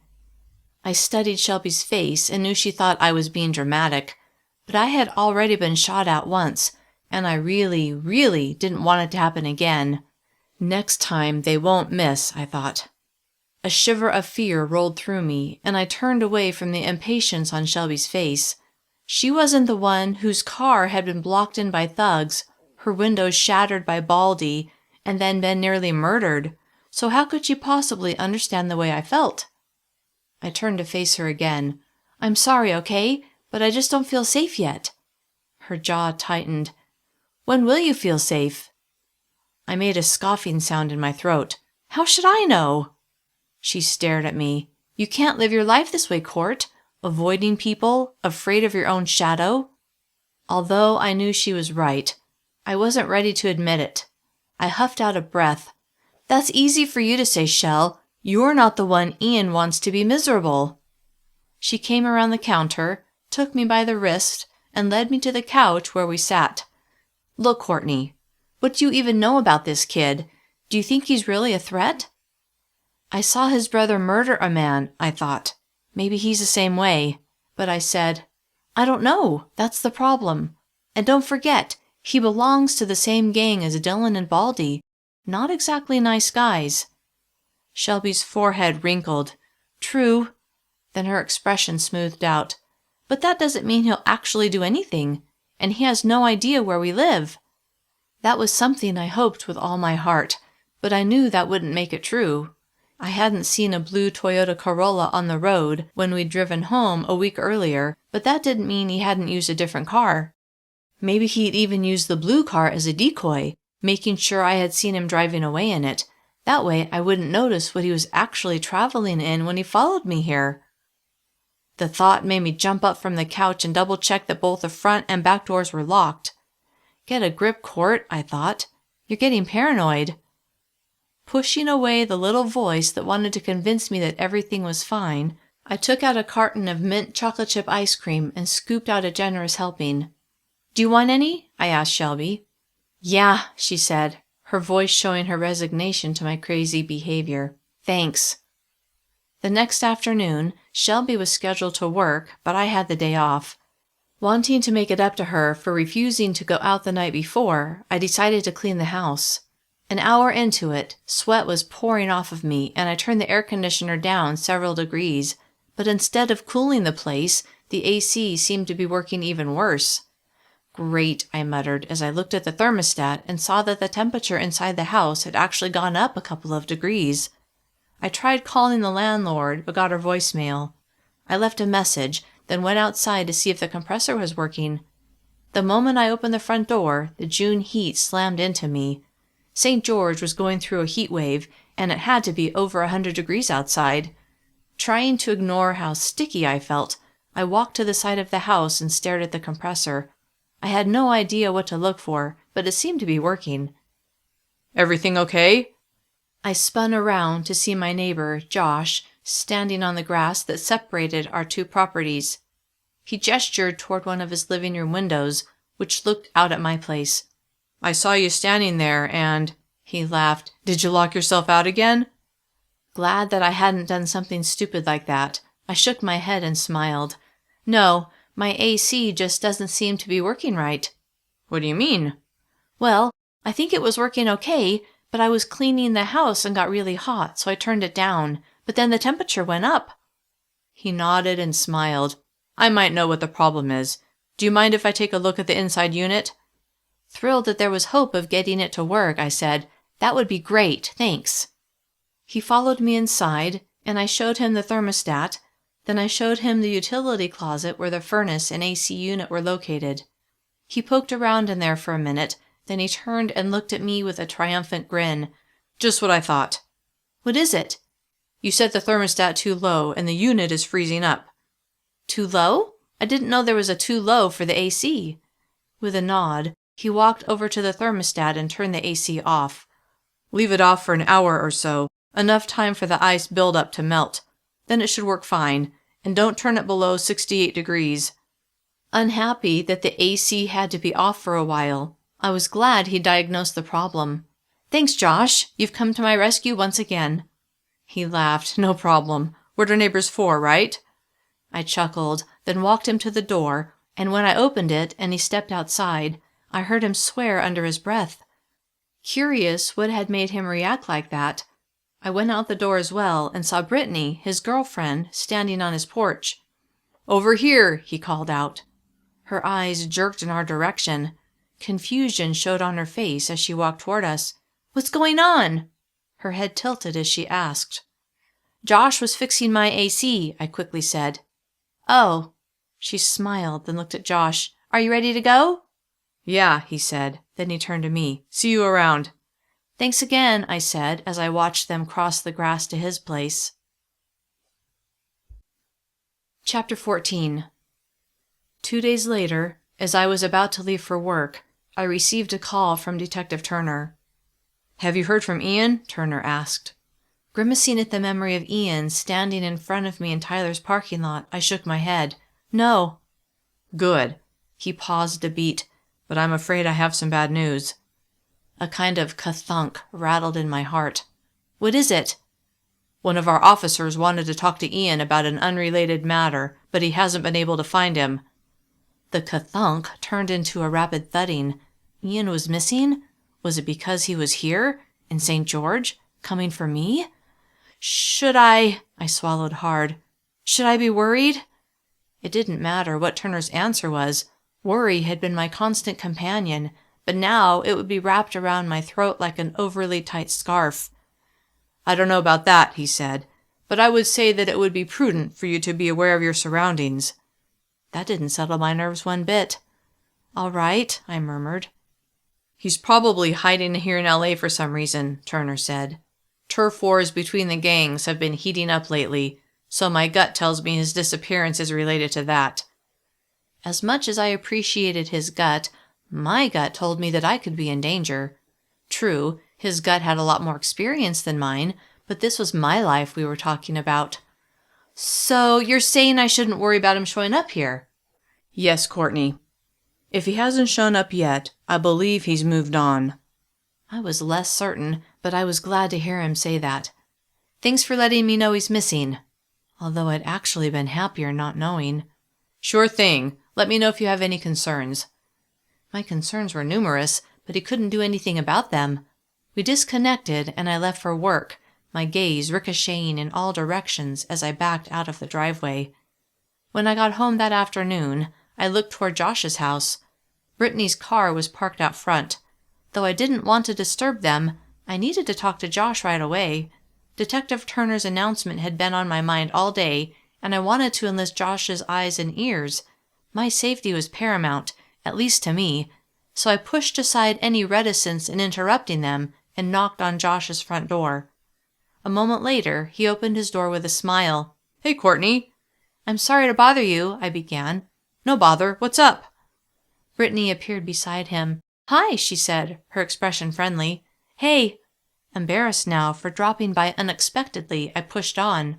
I just wanted to ask you if you'd let me know if you see anyone coming around my place. Josh's eyebrows pulled together. Like a repairman? I wish. No. How to explain? Then I realized I could tell them the truth, just a very limited version of it. Someone recently sort of threatened me, and I'm worried he might try something. Brittany's eyes widened. That's scary. Did you tell the police? Josh asked. Their reaction to my news made my interruption of their time together a little less awkward. Yeah, I said. They're aware of it, but they don't think he'll do anything. How can they be so sure? Brittany asked, her forehead creased. Deciding to share a little more information, I said, For one thing, he lives in California and probably doesn't know where I live. What makes you think he'll show up here? Josh asked. Now they think I'm just being paranoid. I'm not 100% certain he doesn't know where I live, I said. Oh, Josh said with a frown. Is he, Brittany began, then bit her lip. Is he like an ex-boyfriend or something? That was so ridiculous that I laughed. No, nothing like that. Can I ask why he threatened you? Josh asked. Figuring if they knew the truth, they would take this more seriously, I decided to reveal a little more. If I tell you this, you can't tell anyone.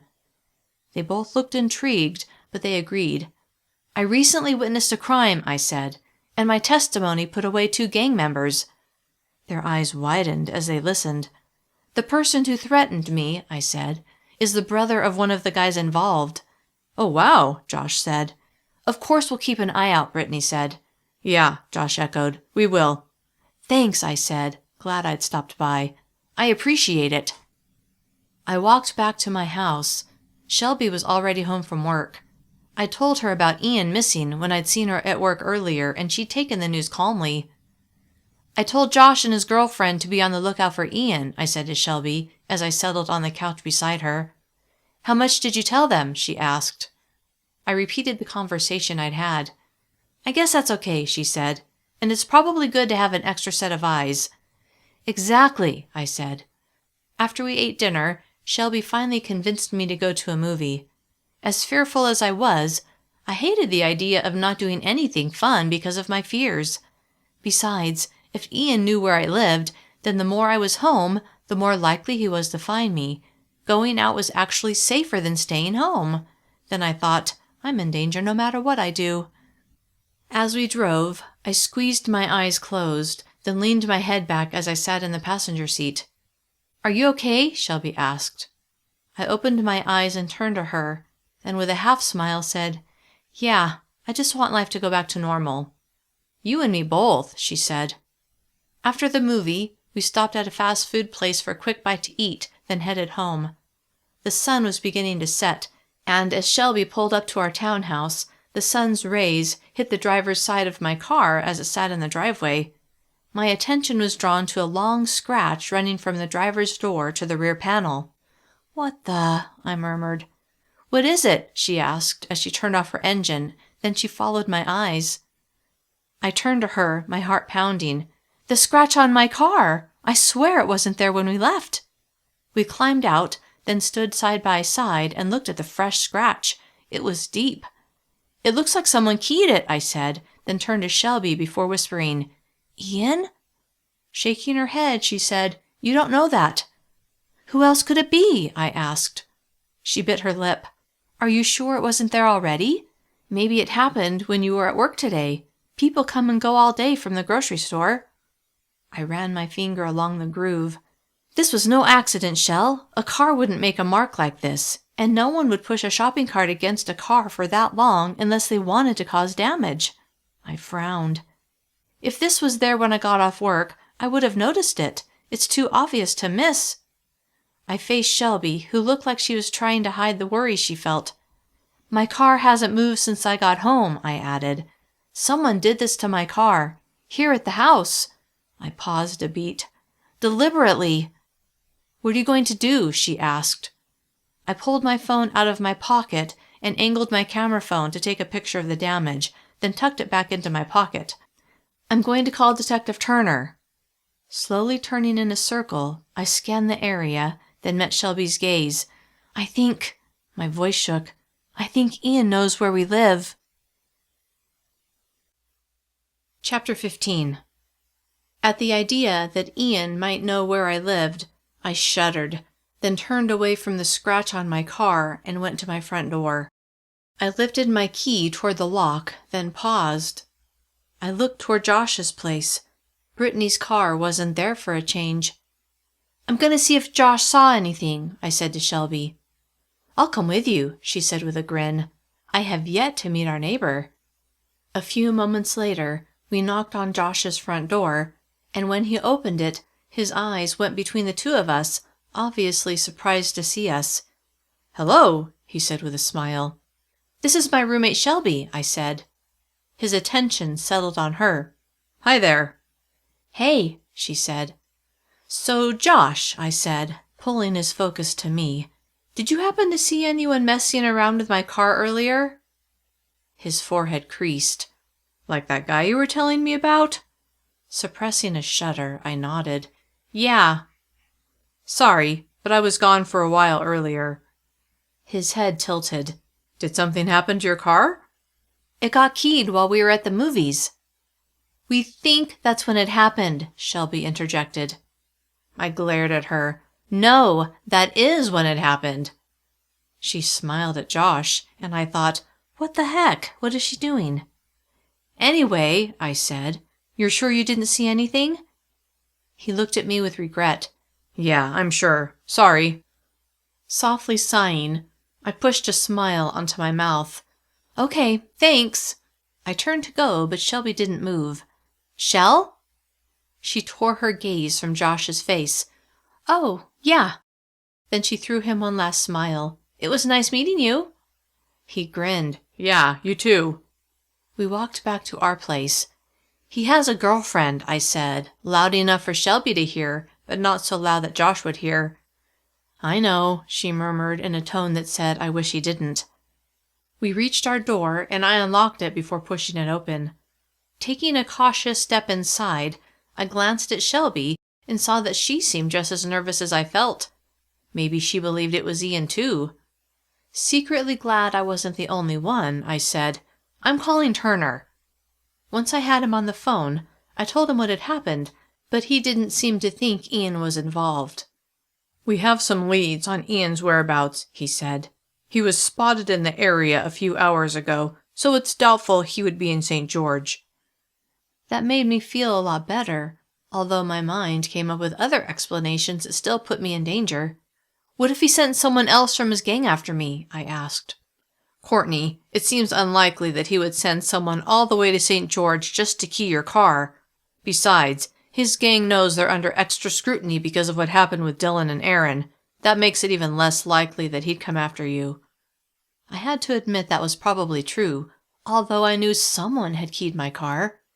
We disconnected, and I turned to Shelby with a frown before repeating what Turner had said.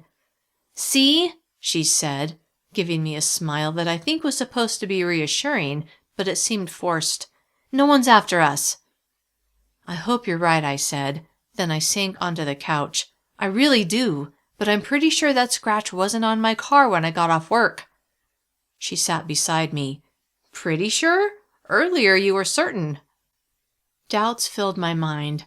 Maybe I was just being paranoid. I didn't like to think that, but what else made sense?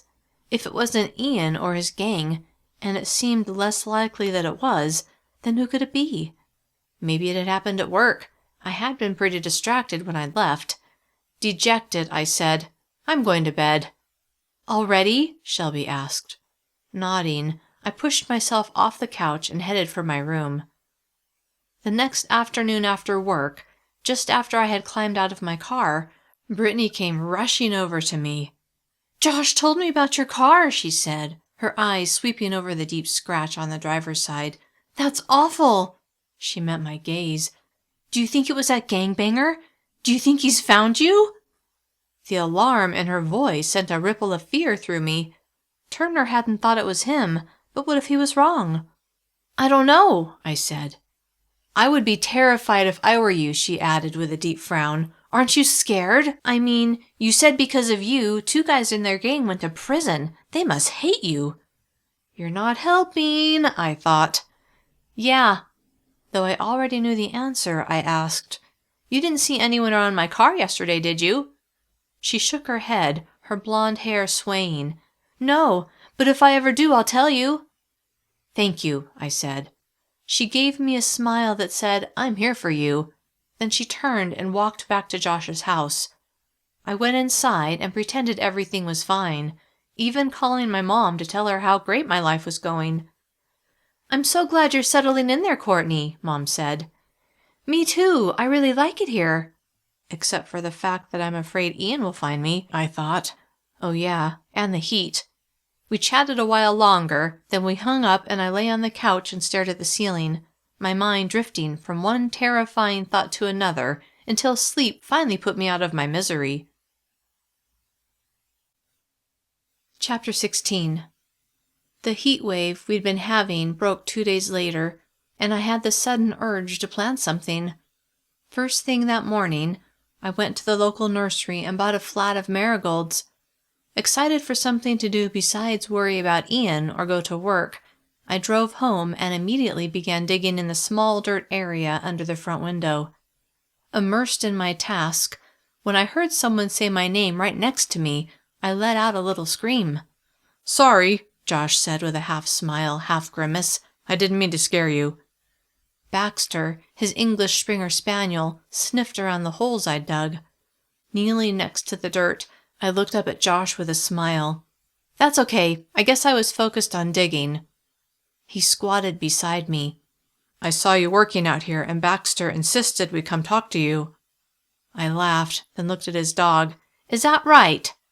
Baxter ignored me, too interested in the dirt. "Just don't dig up my flowers, Baxter." Josh grabbed Baxter's collar and tugged him away from where I was working.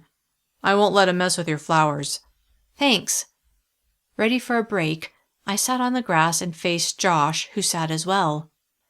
"I haven't talked to you since your car got keyed," he said, glancing toward my car, the scar on the side clearly visible. "Nothing else has happened, has it?" I shook my head. "No, I guess it must have gotten scratched when I was at work. I mean, that makes the most sense."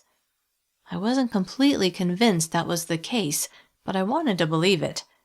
"Yeah." Josh scratched Baxter between the ears. "Hey, when does Shelby get home?" I tilted my head. "Why?" He slowly smiled. "Maybe I want to talk to her." What about Brittany?" He grimaced. "Yeah, that's not really working out." The sound of a car approaching pulled my focus toward the street. I gestured with my chin in that direction. "Does she know?" Josh's head swiveled in the direction of the street, and I heard him sigh. "Not yet," he muttered. Then he stood and smiled. "Have fun digging in the dirt." He turned and walked toward Brittany, who was just getting out of her car. I went back to my task, and when I was done, I stood back and admired my work. "That brightens up the place," I said. When Shelby got home that afternoon, she was pleased to see what I had done. "Tomorrow I'll have the day off," she said as she put her purse on the kitchen counter. "And what are you going to do with all that free time?" I asked. I had decided not to tell her that Josh seemed to be interested. No point in turning her thoughts in Josh's direction when he was still entangled with Brittany. The last time I looked out the window, Brittany's car had still been parked in front of his house, so evidently he hadn't broken up with her yet. "I don't know," Shelby said. "Maybe I'll clean the house." I curled my feet beneath me on the couch. "That would be awesome." She laughed as she sat beside me. "Why, because then you wouldn't have to do it?" "I did it a week ago," I said with a smile. "So yeah, I wouldn't mind if you did it." "As long as I'm working inside an air-conditioned house," she said, "I don't mind." "It wasn't too bad out there today," I said. "Only in the low 90s. She shook her head. "I prefer it in the low 80s. My phone rang, and when I pulled it out of my pocket, I saw Tyler's face on the screen. "It's Tyler," I said with a surprised smile. Then I stood, swiped the phone to answer it, and walked into my bedroom. "Hello?" I said, as if I didn't know it was him. "Hey, Courtney, it's Tyler." "Hey, how are you?" Thrilled to hear from him. I didn't let myself get my hopes up that he'd changed his mind about moving to St. George. "Not too bad." Wanting to get right to the point, I asked, "What's up?" "I just wanted to check on you. I haven't talked to you in over a week." "Yeah," I thought, I noticed. "So," he continued, "is everything okay? Ian hasn't shown up or anything, has he?" Still not certain if the damage to my car was an accident or a message from Ian, I hesitated. But knowing that Turner seemed confident that it was unrelated, I shook my head. "No sign of Ian." A soft sigh came across the line. "That's what I was hoping you'd say." Something in his tone lit a spark of hope inside me, and I sat on my bed as I said, "Are you trying to tell me something?" He softly chuckled. "Wow, Courtney, I didn't know you could read me that well." The spark of hope burst into flame. "What do you mean?" "I've really missed you." He paused. "I'm thinking of moving out there." Holding back a squeal of happiness, I forced myself to remain calm. "That's great, Tyler. When do you think you'll come?" "I was thinking of driving there tomorrow to check things out." Tomorrow, I thought? Yay! Then I remembered I was scheduled to work until late afternoon. I'm off work at 4 tomorrow. Do you think you'll get here by then? I'll make sure that I do. I'll get the couch ready for you. Then I thought of something he'd said the last time we'd spoken. What about your parents? Are they okay with this? He laughed. I haven't told them yet. My happiness dimmed. Not that he needed his parents' permission, but I didn't want to get on their bad side by putting their son in danger. Or at least having them believe he was in danger. Still, the thought of seeing him made me so happy that I pushed aside my worries. We talked a while longer, and before we hung up, I gave him my address. Then I immediately went into the living room to tell Shelby the good news. All day at work the next day, I was so eager to see Tyler that I had trouble concentrating, and when my shift was over, I drove home as fast as I safely could. When I turned onto my street, my eyes shot to my house, hopeful that Tyler would be there, but his car was nowhere in sight. I walked to the front door, the newly planted flowers catching my eye, and I thought, I'm glad I planted those yesterday. It makes the house look so much more inviting, just in time for Tyler to arrive. As I reached for the doorknob, I heard voices coming from inside. A man's voice. Confused why Tyler's car wasn't parked out front, but excited to see him, a wide smile filled my face as I opened the door. But instead of seeing Tyler, I found Josh sitting on the couch talking to Shelby. Hey, Court, Shelby said, her face aglow with obvious happiness. Look who stopped by. Hi, Josh said. I guess he broke up with Brittany, I thought. Hey, how's it going? Great, he said. Then he glanced at Shelby before looking at me. Your lovely friend has agreed to go out with me tonight. Yes, I thought, he definitely broke up with Brittany. Happy for Shelby, but surprised Josh had made his move so quickly, I nodded. That sounds like fun. I told him Tyler was coming to town today, Shelby said, drawing Josh's gaze back to her, and I suggested the 4 of us go out together. Life was finally taking a turn for the better. Tyler would be there any minute and would most likely be back in my life for good, and Ian was nowhere to be seen. Yes, things were definitely looking up. Chapter 17. Someone's here for you, Courtney, Shelby said with a grin as she poked her head in my room. I'd left her and Josh alone in the living room to talk, and had gone to my room to read a book, but had hardly been able to focus as I waited for Tyler to arrive. I leapt from my bed and raced to the living room, where I found Tyler standing in the entry. As I approached him, I took the opportunity to appraise him. Dark blonde hair, brown eyes, tall and muscular, and perfect white teeth and a bright smile. You're here, I said. Then I went into his open arms, beyond thrilled that he had finally arrived. He held me close and murmured in my ear, I've missed you. I've missed you too. And it wasn't until that moment that I realized just how much I had missed him. Now the thought of him not moving to St. George devastated me, and I pushed aside any concern for his safety as I selfishly decided I wanted him there no matter what. He released me, and I introduced him to Josh, who stood and shook his hand. Tyler glanced at me before letting his focus wander around the visible space of the townhouse. So this is where you live, huh? He looked at me again. Yes. Then I pointed to the couch and said, and this is where you'll live until you find your own place. He laughed, and Josh and Shelby laughed too. Sounds good. I know you just got here, Shelby said, but how would you and Courtney like to go on a double date with me and Josh tonight? He has 4 tickets to Tuacahn. Tuacahn? Tyler asked. What's that? Shelby laughed. That's right. You've never been here before. She smiled. From what Josh tells me, it's a super cool outdoor theater where they put on awesome live performances. Tonight's show is Tarzan. Unless you're too tired, I said, not wanting to overwhelm him since he had just walked in. He smiled at me. No, that sounds like fun. The play was amazing, but my favorite part was sitting next to Tyler, my hand in his. When we got home, Josh went to his place next door and Shelby went to her room, giving Tyler and me a chance to talk in private. Sitting side by side on the couch, our fingers intertwined, Tyler smiled at me. I'm really glad I came, he said. I am too. So much, I thought. What did you tell your parents? Before I left, I told them what was going on and where I was headed. They weren't thrilled, but they didn't object either. I told them you hadn't seen or heard from Ian again, so that made them feel a little better. I thought about what I hadn't told him. About the scratch on the car and the fact that the police didn't know where Ian was, although Turner had told me Ian had been spotted in the LA area several days earlier. Guilt suffused me, and I knew I had to come clean. There's something you should know, I said. His eyes narrowed as he obviously heard something in the tone of my voice. What? Before I say it, I said, worried he would flee the moment I'd finished my confession, I want to reassure you that Detective Turner said he doesn't think Ian's coming after me. His eyebrows rose. Okay. I think someone keyed my car. His face smoothed out. Is that it? Glad that hadn't set off any alarms, I pressed forward, knowing my next statement might. The police aren't sure where Ian is. Recoiling slightly, he said, Oh. But when I talked to Detective Turner the other day, he said Ian had been spotted in the LA area a few hours before. Plus, he said there are turf wars going on between the gangs, so he thinks Ian's disappearance is tied to that. Was I convinced that Turner was right? I certainly sounded like I believed him.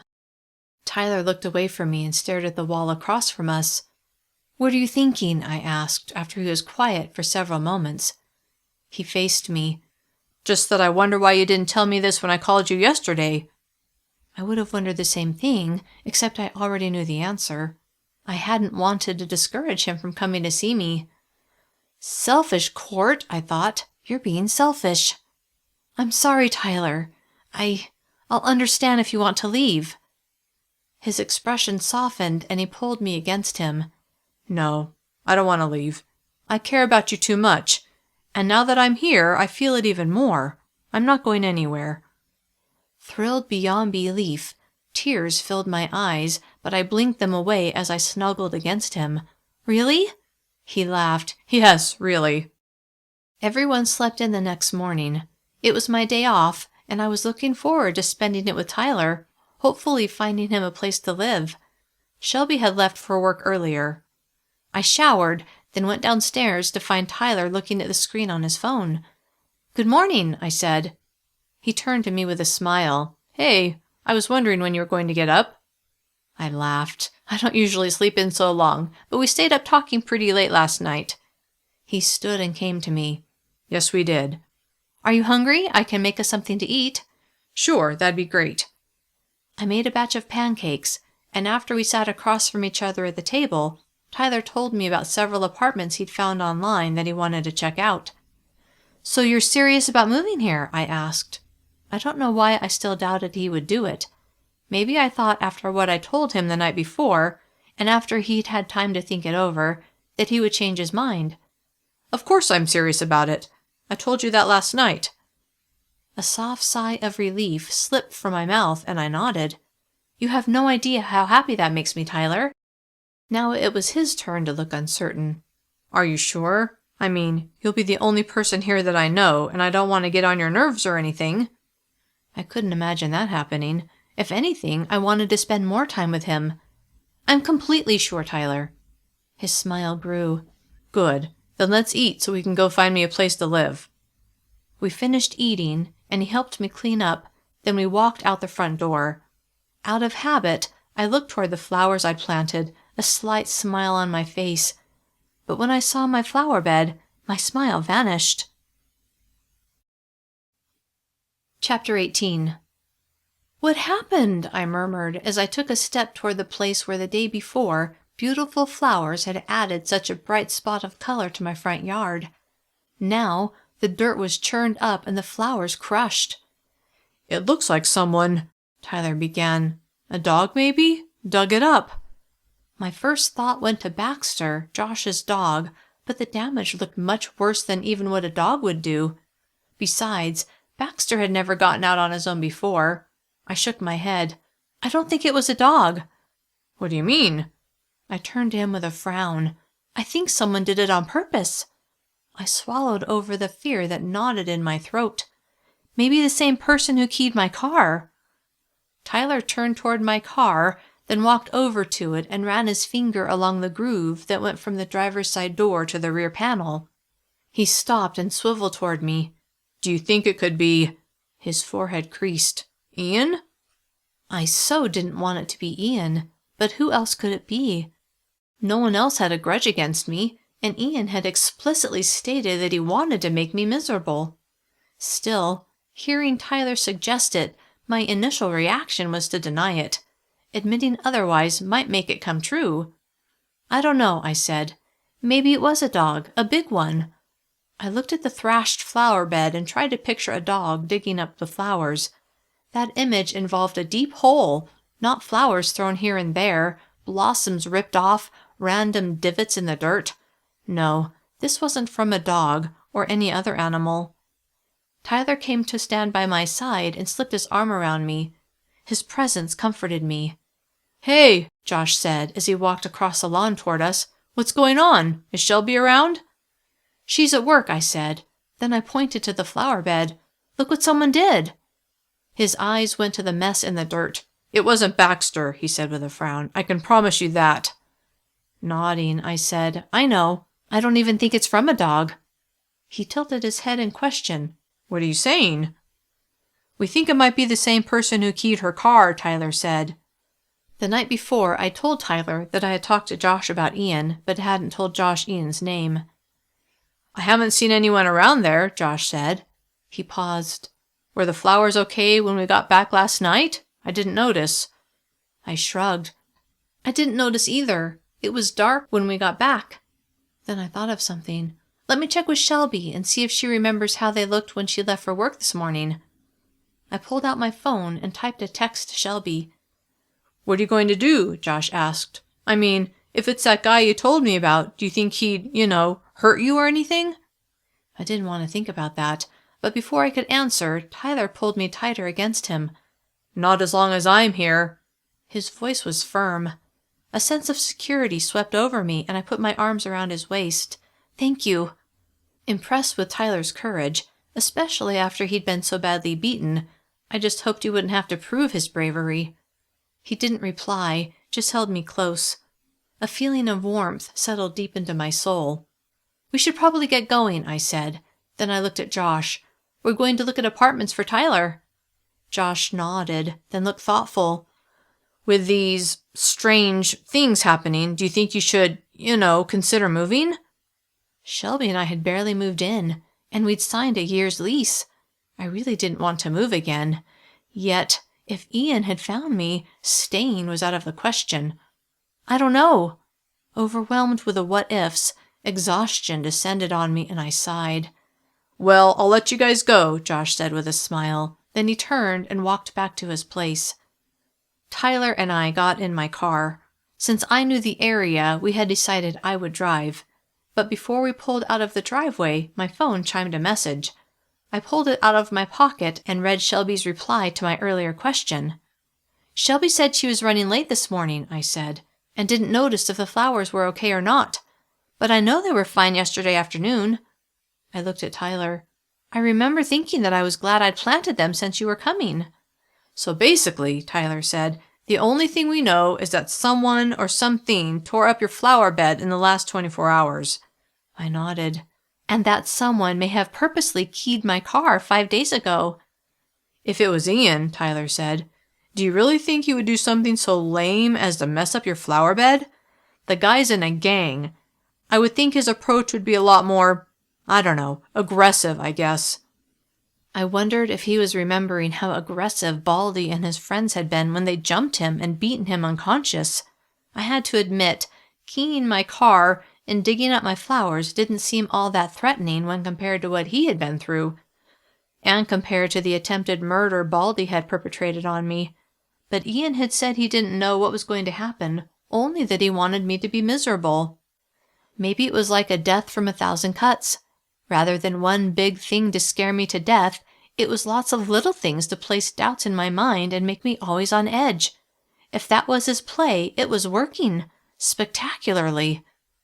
"I hope you're right," I said, although the thought that someone besides Ian was purposely trying to scare me made me extremely nervous, because I had no idea who it could be or why they would be doing it.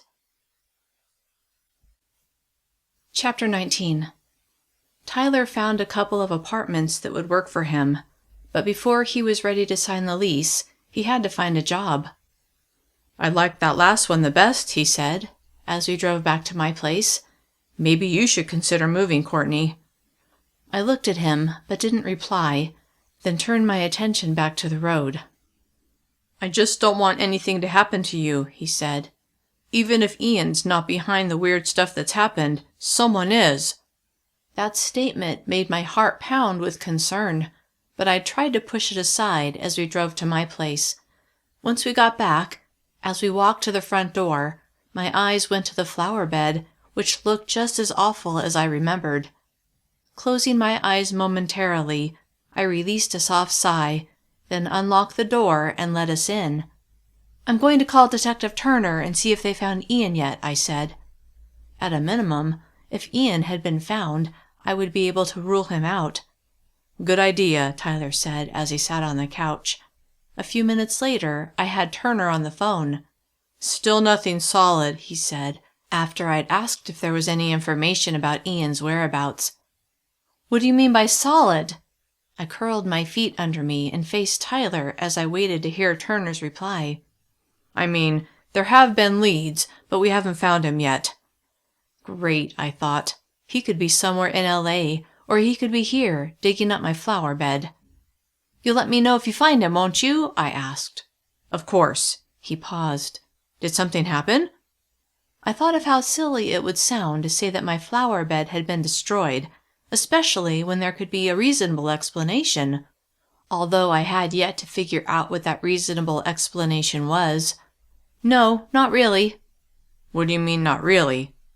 Feeling foolish, I decided to share my concerns, and I described what had happened with my flower bed. That is strange, but my first instinct is to blame it on some sort of animal." At least he hadn't laughed at me. "That's kind of what I thought, but after my car getting keyed, it just seemed too coincidental." "I can understand your concern, Courtney, but I seriously doubt it's from Ian."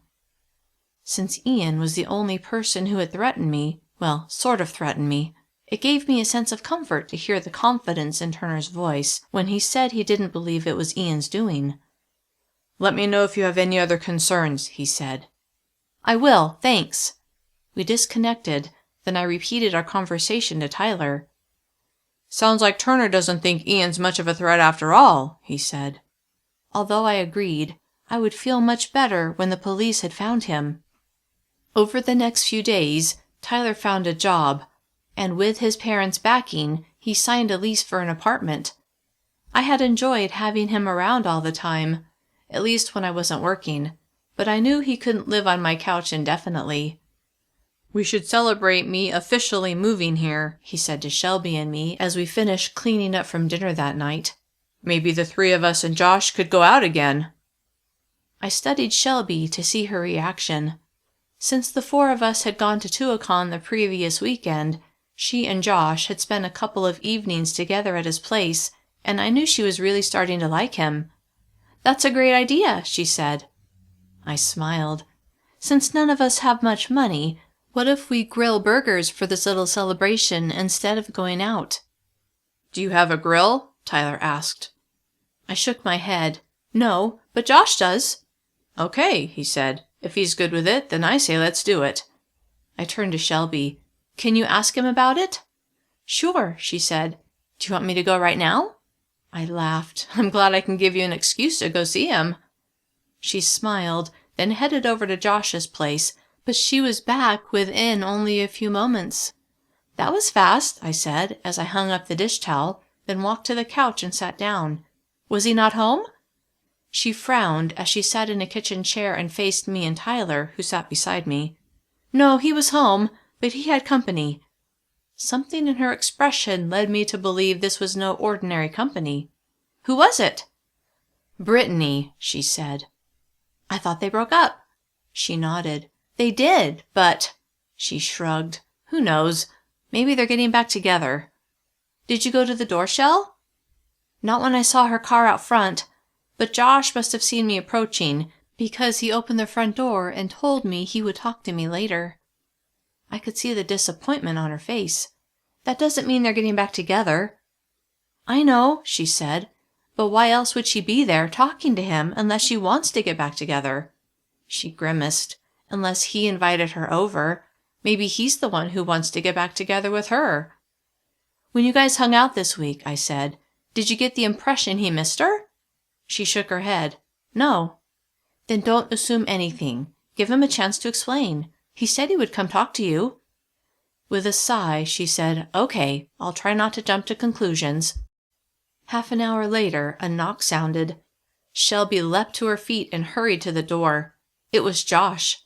She invited him in, and he pulled up a chair, then smiled at the three of us before asking, how's it going? Good, Tyler said. I found a place to live, and we were thinking of having a barbecue to celebrate. That sounds like fun, Josh said. One catch, Tyler said with a grin. We need to use your grill. Josh laughed. I see how it is. You're only inviting me because I have a grill.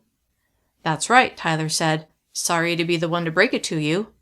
Both guys laughed. Then Josh turned to Shelby with a frown. Sorry about earlier. I didn't know she was coming over. Relief washed over her face. So what did she want? Can you tell us? Running his hands through his hair, he sighed.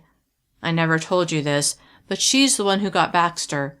He was just a puppy, and she knew I'd been wanting a dog. About 6 months ago, she surprised me with him and said that even though he would live with me, he was our dog. His brow wrinkled. When I told her I didn't want to get back together, she told me she wanted Baxter back. Oh no, I murmured. It sounded like this breakup could get ugly. Does she know you've gone out with Shelby? I'm not stupid, he said with a scowl. I didn't tell her that.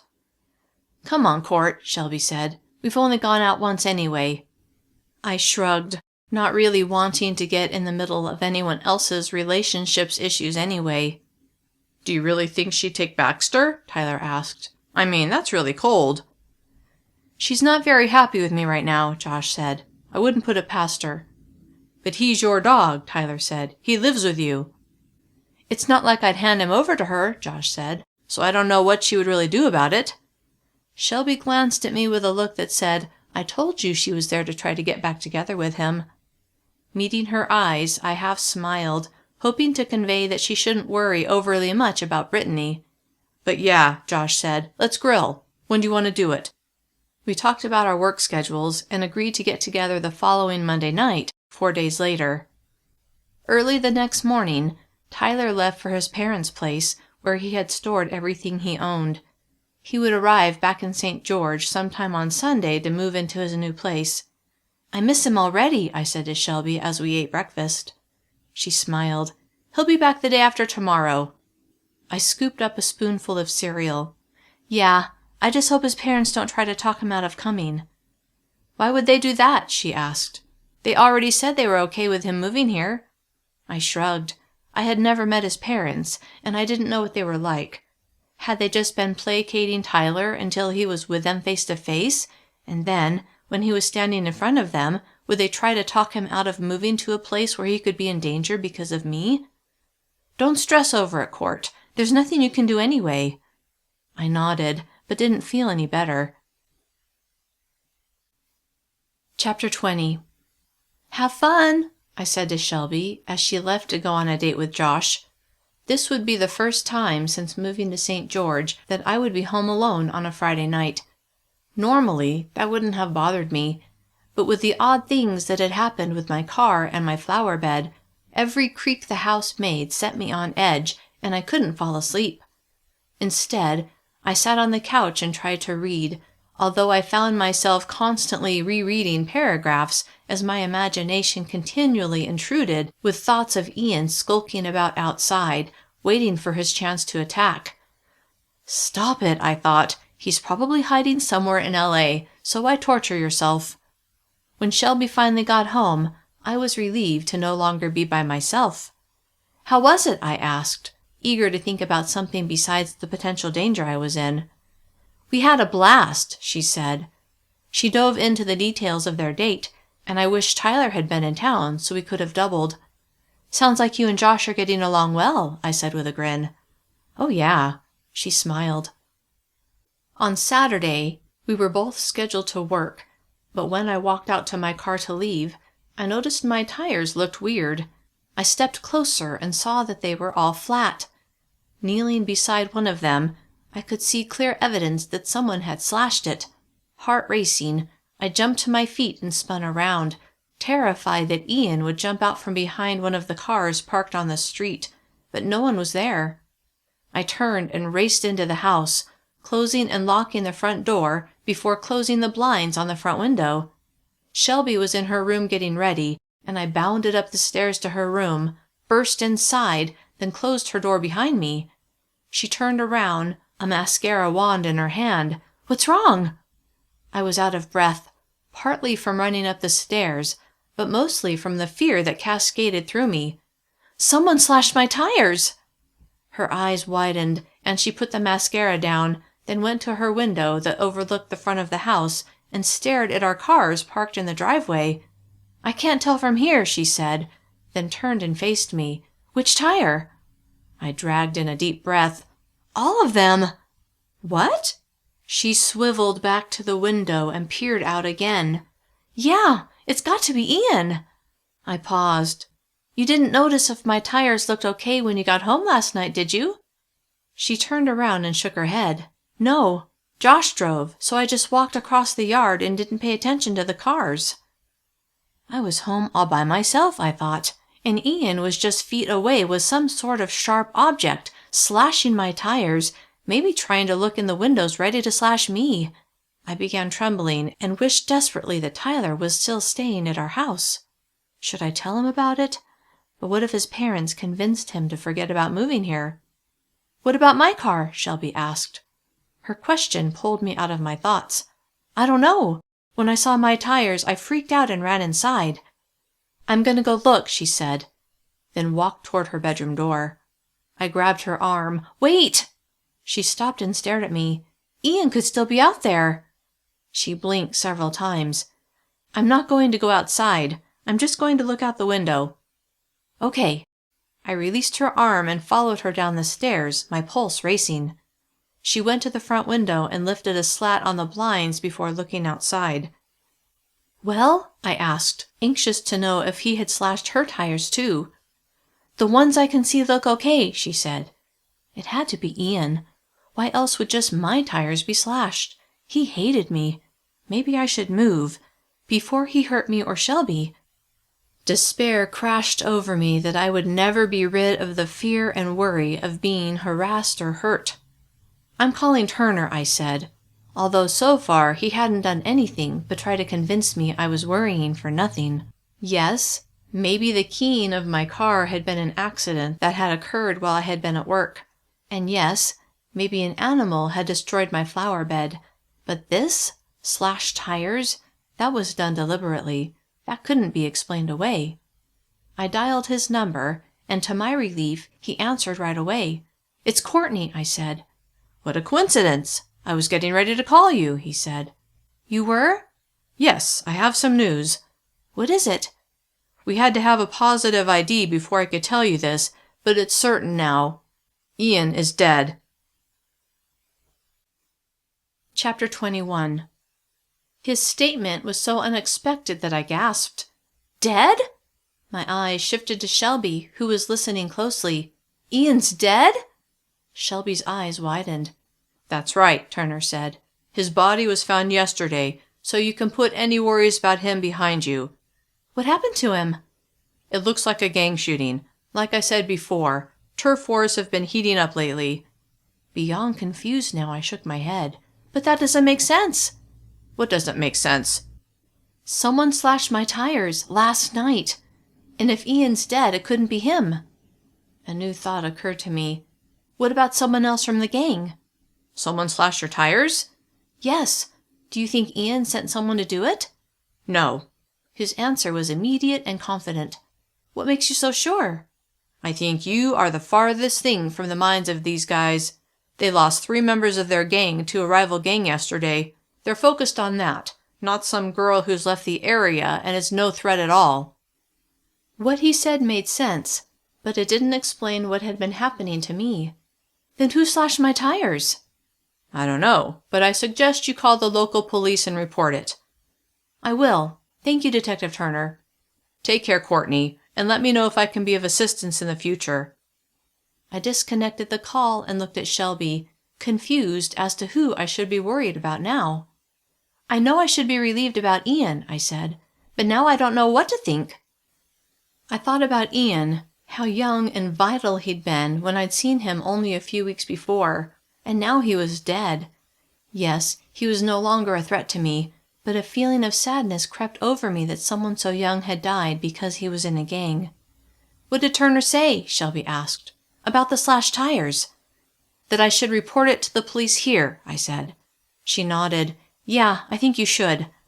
I bit my lip. Who would do something like that? I have no idea, she said. Half an hour later, a police officer arrived. Shelby and I had called work to say we would be late, and though our boss wasn't happy about it, she understood and said to come in as soon as we could. The officer looked at the damage and gathered information for his report. I didn't like how I'd been having so much contact with the police lately. I hadn't even done anything wrong. Do you have any ideas as to who could have done this? He asked. I summarized what had happened in L.A., but told him what Detective Turner had told me earlier. So if it's not Ian, I said, I have no idea who it could be. The officer looked thoughtful. We've had a few vandalism reports recently, mostly with graffiti, but it's possible it was kids wanting to cause trouble. I desperately hoped that was true, but then I told him about my car being keyed and my flower bed being destroyed. He tilted his head. And the detective didn't think those were tied to what happened in L.A.? No. I shook my head. He wrote something down, then he looked back at me. Unfortunately, without more information, there's not a lot I can do besides create a report. Wishing I had more information, I nodded and thanked him for coming so quickly. Fearful of who had slashed my tires and done the other things, I tossed and turned all that night, my mind a cauldron of thoughts. Why was someone out to get me? I reviewed the 6 weeks I'd been in St. George and couldn't think of anyone I'd offended. For heaven's sake, besides going to work, I'd barely gone anywhere and had hardly interacted with anyone. Trying to calm down, I reminded myself that Tyler would be arriving the next day, and eventually I managed to fall asleep. When I woke the next morning, I mentally braced myself for what ugly surprise I might find, and the first thing I did was go downstairs and peer out the front window to see if my car had been vandalized further, or if it was even still outside. It looked the same as it had the day before. Relieved, yet on edge about what would happen next, I continued staring. I hadn't fixed my tires yet, worried that if I bought new ones they would be slashed and I would be out the money. Besides, I was planning on waiting until Tyler arrived so he could help me get new tires and then help me change the destroyed ones. What do you see? Shelby asked as she came up beside me. I dropped the slap back into place and turned to her with a small smile. Nothing. That's good, right? I nodded. Yeah. When she smiled, I saw empathy in her eyes. As much as I appreciated it, it also made me realize how pathetic I'd become, and I suddenly knew that I didn't want to be the object of pity any longer. I'm going to plant more flowers today, I said, drawing a look of surprise from Shelby. Why? I laughed, because I like the way it looks to have flowers out there. Tilting her head, she said, It might be getting a little late in the summer for you to be planting flowers. They might not do too well in the summer heat. Cactus, then, I said. I'll plant some cactus. I laughed. As a bonus, if someone tries to rip them out, they'll probably get cactus needles in their fingers. She smiled. Unless they use a shovel. Her logic tamped down my enthusiasm, but then I realized another reason to plant something in the flower bed, to see if someone destroyed it again. Chapter 22. That afternoon after work, I went to the nursery and picked up several cactus plants. No point in buying too many in case my secret tormentor decided to destroy them again. Then I drove home and set to work. Just as I was cleaning up with a hose, Tyler arrived, pulling a small trailer behind his SUV. "You're here!" I shouted, shutting off the water and hurrying to meet him as he got out of his car. Grinning, he wrapped me in his arms. "Yes, I made it, but I'm wiped out."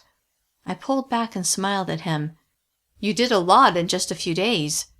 He nodded. "Yeah, but I'm here now, so it was worth it." I hugged him again. "I missed you." "I missed you too." He studied my face. "Anything interesting happen while I was gone?" I thought about my slashed tires. Though I texted with Tyler while he'd been gone, I hadn't told him about my tires, although I had told him about Ian's body being found. "Actually, yes." His eyebrows rose. "What?" I took his hand and led him to my car, then pointed to the tires. "Oh, wow." Then his forehead creased. "Well, it couldn't have been Ian." He turned to me with a frown. "Who would do this?" Then he touched the deep groove where someone had keyed the side. His hand tightened over mine. "I'm glad I'm back." His strength and confidence gave me a feeling of security. "I'm glad you're back too." I leaned into him and he put his arms around me. "Looks like you need to replace those tires, though." I laughed. "Yeah, I've kind of been waiting for you to get back so you could help me with it." He turned to me with a smile. "Help you, or actually do it?" "I'll buy the tires, but if you could put them on my car." Laughing, he nodded. "Of course." He paused. "But you have to help me unpack all my stuff." He pointed to the trailer hitched to his SUV. I was so happy that he was there for good, I eagerly agreed. "Let's get your tires taken care of first," he said. "And then when Josh gets home, we'll see if he can help me unload my furniture into my new place." The next evening, the four of us gathered in Josh's small backyard. The sun was still high in the sky, but it wasn't unbearably hot. "Thanks for letting us use your grill," Tyler said to Josh. Josh flipped the burgers. "No problem. I'm just glad you're all moved in, so I don't have to do any more heavy lifting." Tyler laughed. "Now it's up to Courtney to help me unload all those boxes." "Better her than me," Josh said, as he sprinkled seasoning on the meat. Baxter started barking, and Josh scooped him up. "Hey!" a female voice called out from just outside the low fence that surrounded the backyard. All four of us turned to see who it was. Brittany stood on the other side of the fence, her arms folded across her chest and a scowl on her face. My eyes shifted to Josh, who looked as surprised as the rest of us to see her there. He set Baxter down and approached her with the fence separating them. "What do you want?"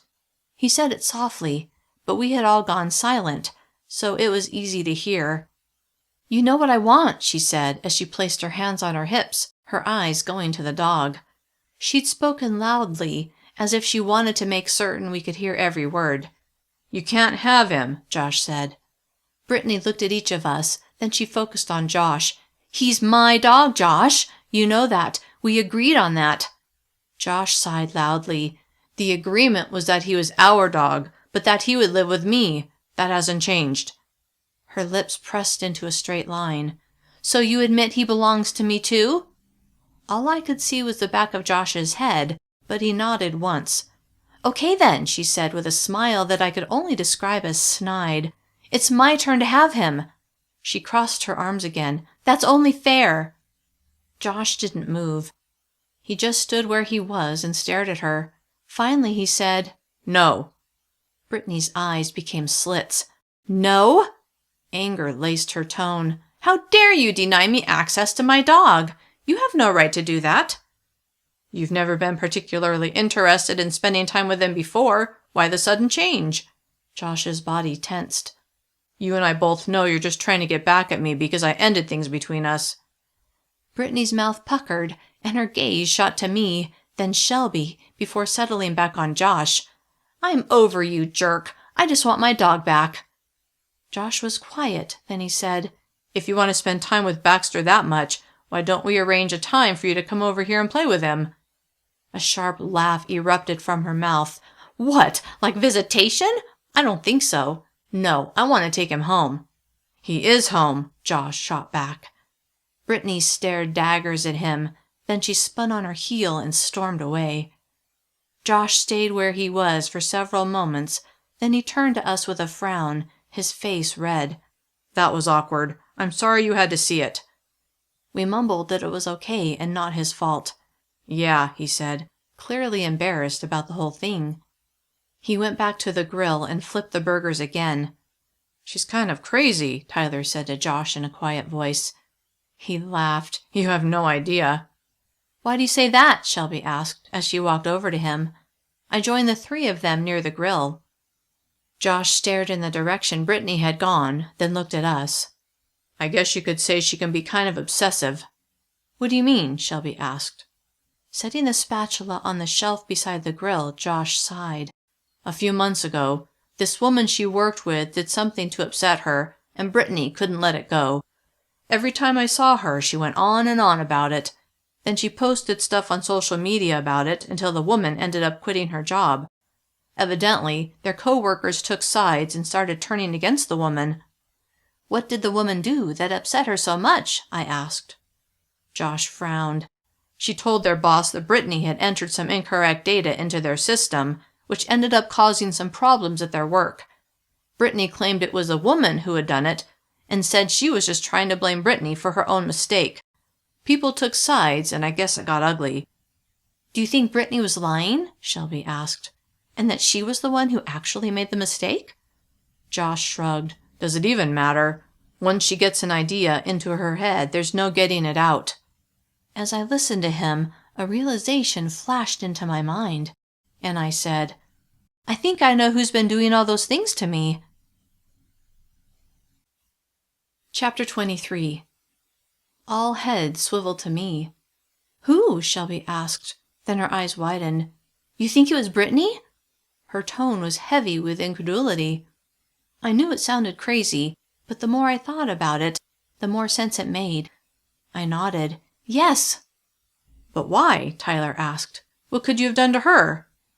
I thought back to the day I'd met her, and how I'd been in Josh's house, and how later she'd caught him coming out of my place after he'd fixed my air conditioner, and then, on a different day, how she'd found Josh sitting with me while I'd worked on my flowers. I looked at all three of them. Maybe she got it into her head that I was trying to take Josh away from her. That's ridiculous, Shelby said. Besides, I'm the one he's been dating. Think about it, Shelby, I said. Then I recounted the events I'd been thinking of. How do you think it looked to her? I turned to Josh. Did she ever say anything to you after those times? He shook his head. No, but I could tell she was a little bugged. I still don't get it, Shelby said. Your tires were slashed, not mine.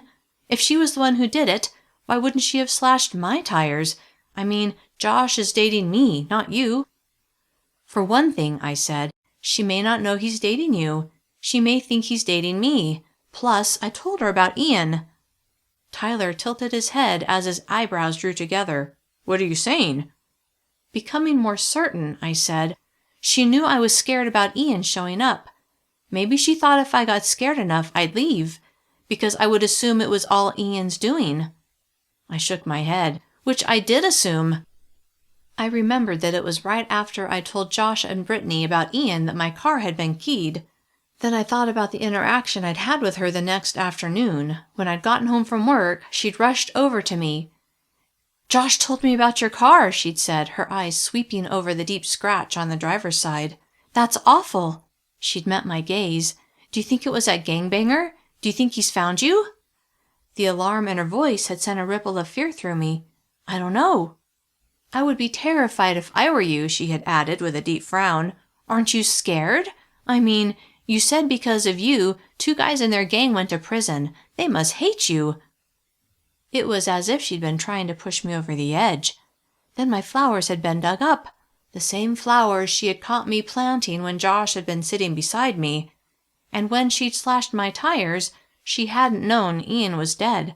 For that matter, neither had I when I'd first discovered that they had been slashed. When I'd seen the damage, I'd panicked, even considered moving. Fury at Brittany for all she'd put me through over the last 2 weeks crashed over me, but right behind it was an overwhelming sense of comfort. I knew who had been harassing me, and now it was going to be over. What do you think, Josh? Shelby asked, breaking into my thoughts. Do you think Brittany would do that? Josh looked uncomfortable. "It's not your fault," I said to him. He frowned. "It's not that. It's just, I don't know, that seems kind of extreme." He might not believe it was her, but to me there was no other explanation. "Looks like these are done," Josh said a moment later as he scooped the burgers off of the grill and put them on a plate. Trying not to think about what other crazy things Brittany might do, I focused on the people around me. "I'm kind of freaked out," Shelby whispered beside me. Knowing she had every reason to be, I gave her a small smile. "I mean," she said, her eyes wide, "what if she comes after me now?" I wanted to tell her that she had nothing to worry about, but I knew that would be a lie. "Maybe we should report this to the police," I said, loud enough for all to hear. "Hold on," Josh said, as he began carrying the burgers to the patio table. "You're making a pretty big assumption that she's the one who did it. What if you're wrong? What then? You'll just make everything worse." I walked up to Josh. "We can't take that chance, because if it is her, now that she's seen that you've moved on, who knows how she'll react?" "I gotta say," Tyler began, "I agree with Courtney." He slipped his fingers into mine, and I gave his hand a gentle squeeze. "Thank you," I whispered. "Can you at least give me a chance to talk to her?" Josh asked as he set the burgers on the table. I didn't like the idea of giving Brittany time to come up with some new scheme to try to scare Shelby and me away. Then again, I understood the way Josh felt. "When will you talk to her?" Josh chewed on his lip. "I'll see if she'll talk to me later tonight. Is that soon enough?" I looked at Shelby, wanting her to decide. "Yeah," she said. "Will you let us know what she says?" "Sure." The four of us went to the table and sat down, then began dishing out our food. We chatted about other things, but my mind was on Brittany, and my gaze kept sliding toward the fence where she'd appeared earlier. Chapter 24. "I wonder how Josh's conversation with Brittany is going," Shelby said, as she, Tyler, and I sat on the couch in our townhouse. After we'd cleaned up from the barbecue, Tyler, Shelby, and I had headed home, while Josh had driven to Brittany's. He texted her beforehand, and she'd said she wanted to talk to him too. Picturing how angry she'd looked when she demanded Josh give her Baxter, I asked, "Do you think she'll admit what she's done?" "Doubt it," Shelby immediately said. "Why would she?" Tyler asked. "I mean, what would be in it for her if she did?" "Yeah, I guess you're right." "I've been thinking," Shelby said, "about your suggestion to report her to the police." I turned to her, and as I listened to her tone, one that said, "I don't think it's such a good idea anymore," I readied my argument. "Yeah?" "We don't actually have any proof it was her," she said. "None. Just speculation." It turned out I didn't have an argument for that, especially after what I'd been through with Baldy. I remembered Detective Turner telling me they weren't going to charge Baldy with attempted murder because they didn't have enough evidence. In this case, we had no evidence that Brittany was behind what had happened, only speculation. What were the police supposed to do with accusations when there was no proof? Despair that she would get away with it and potentially continue her harassment wrapped around my chest, making my anxiety shoot up. Tyler must have sensed my unease because he pulled me against him and said, "Try not to worry, Courtney. Now that we know it's her, we'll know who to watch for. Maybe we can even get some evidence to prove it was her." I was less optimistic, but I tried to go along with it. "Yeah, maybe." I sat up and turned to Shelby. "I just thought of something. If Brittany were to find out Ian's no longer a threat, do you think that would stop her? I mean, she has to know I'm not scared of him anymore. Maybe if she knows he's dead, she'll realize her ploy to scare us away is pointless." Shelby said. "That's true. Maybe I should tell Josh to tell her." The optimism I'd been faking a moment before became real. I didn't even care if she was punished for what she did. I just wanted it to stop. "Yeah," I said. "Text him right now." Smiling, Shelby pulled out her phone and sent a text to Josh. Eager to know how his meeting with Brittany had gone, we all stayed up and waited to hear from him. But as the night wore on and we still didn't hear from him, we wondered if we would have to wait until morning. "I'm going to text him," Shelby said as midnight approached. "It's been, 2 2 hours. He's got to be done by now." Certain of the same thing, I nodded. He hadn't been excited to talk to Brittany in the first place, so why would he want to drag it out? I stood and peered out the window to see if his car was in his driveway. "His car's still not there," I said. Shelby sent the text, then frowned. "Do you think she convinced him to give her another chance?" "No way," Tyler said. He'd been dozing, with his head leaning against the back of the couch, but now he straightened. He looked like a man who was ready to move on. Shelby's shoulders relaxed, and I knew Tyler's words had settled her nerves in that regard. "Maybe they just had a lot to talk about," Tyler said. I checked the time. "It's getting late, and both of you have early shifts." "Yeah," Tyler said as he stood and stretched. "I should probably head home and get some sleep." He turned to me with a look of uncertainty. "Do you think you'll be okay here?" I had no idea, but since Brittany was busy with Josh, she didn't seem like that much of a threat just then. "Yeah." He pulled me into his arms and kissed me. "Okay, then I guess I'll head out. Make sure to lock your doors." I didn't need the reminder, but was touched by his concern. "I will." He left a few minutes later, and then Shelby and I went to bed. When I got up the next morning, I went downstairs and found Shelby eating breakfast. "Have you heard from Josh?" I asked, extremely curious to know the end result of his meeting with Brittany. A crease formed between her eyebrows as she shook her head. "No, and I don't see his car parked in his driveway." She paused a beat. "Do you really think—" she sighed. "Do you really think he's over her?" I had no idea how he felt about Brittany, but I didn't want to add to Shelby's worries. "Yes, he likes you now." "Then why isn't he home?" "Maybe he had to go to work early this morning." Shelby didn't seem convinced, but she nodded anyway. "I guess so, although I don't know why he didn't at least text me." I poured myself a bowl of cereal and sat across from her. "I'm sure we'll find something out today." She finished eating, then carried her bowl to the sink. "I better get going, Courtney. I don't want to be late." "Okay, I'll be in after lunch." She left a short time later, and I did some cleaning, occasionally looking out the window to see if Josh was back yet. Late that morning, as I was checking out the window once again, I saw something unexpected. With my focus on Josh's place, I watched in stunned surprise as Brittany carried Baxter out their front door and to her car, which was parked in Josh's driveway. "What in the world?" I murmured. "Where's Josh? And why is he letting her take Baxter?" Wanting to confront her, especially after all she'd put me through, I took a step toward the front door.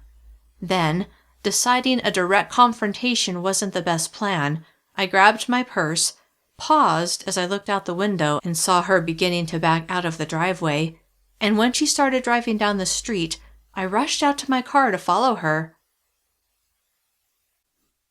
Chapter 25. "I wonder where she's going," I murmured, staying several cars behind her as I followed. 10 minutes later, she pulled into the driveway of a small house on a quiet street. I drove past, and as I watched her, she never looked my way. I guess that's her house, I thought.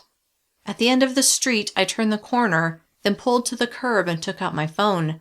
I created a group text to Tyler and Shelby and told them what was going on. They were both at work, but Shelby responded within moments.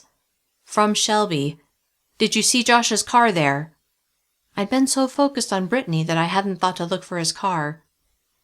From Courtney, "I'll have to check." From Shelby, "Don't let her see you."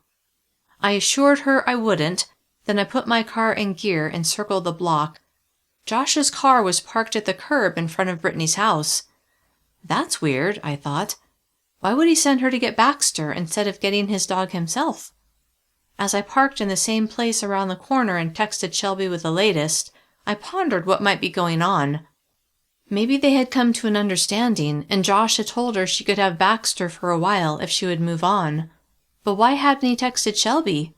He had to know we were dying to hear what had happened. And why was he still at Brittany's house?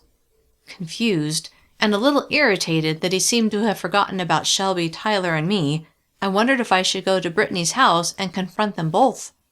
I sat in my car and stewed over my life the past several weeks.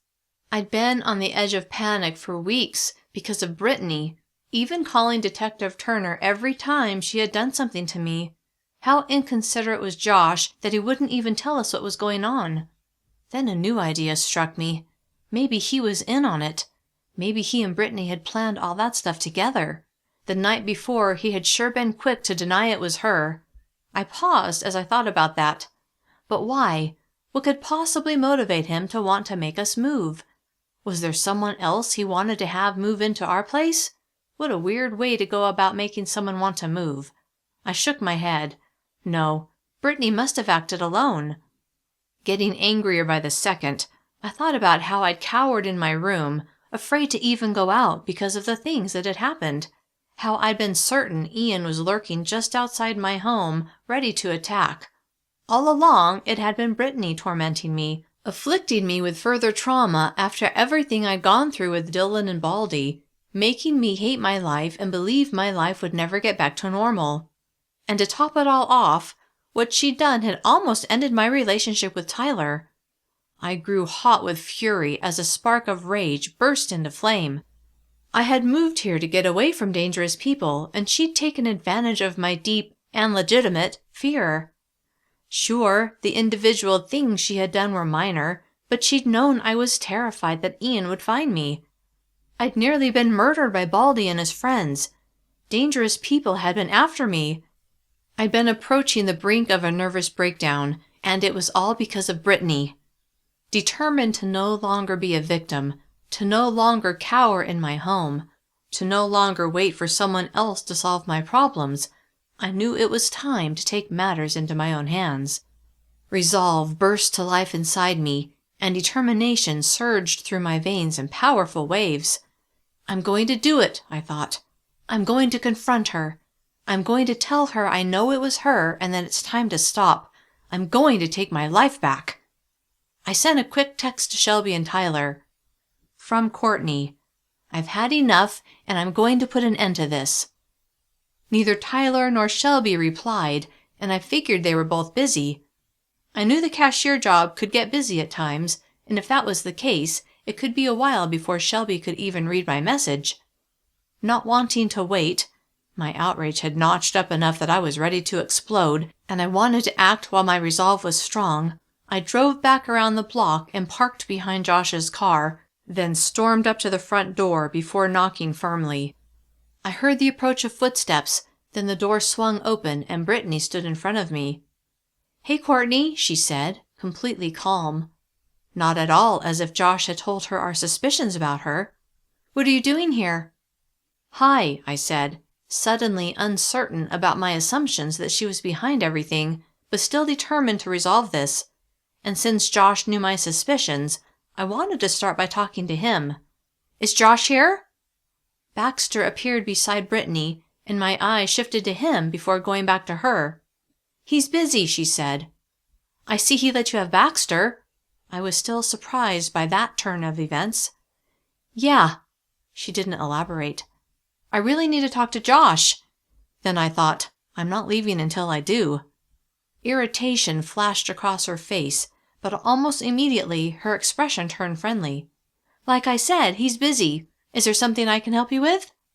I thought, only if you're willing to tell me about your conversation with him, but I said, I really need to talk to him directly and right away, so I'm going to wait here until he's available.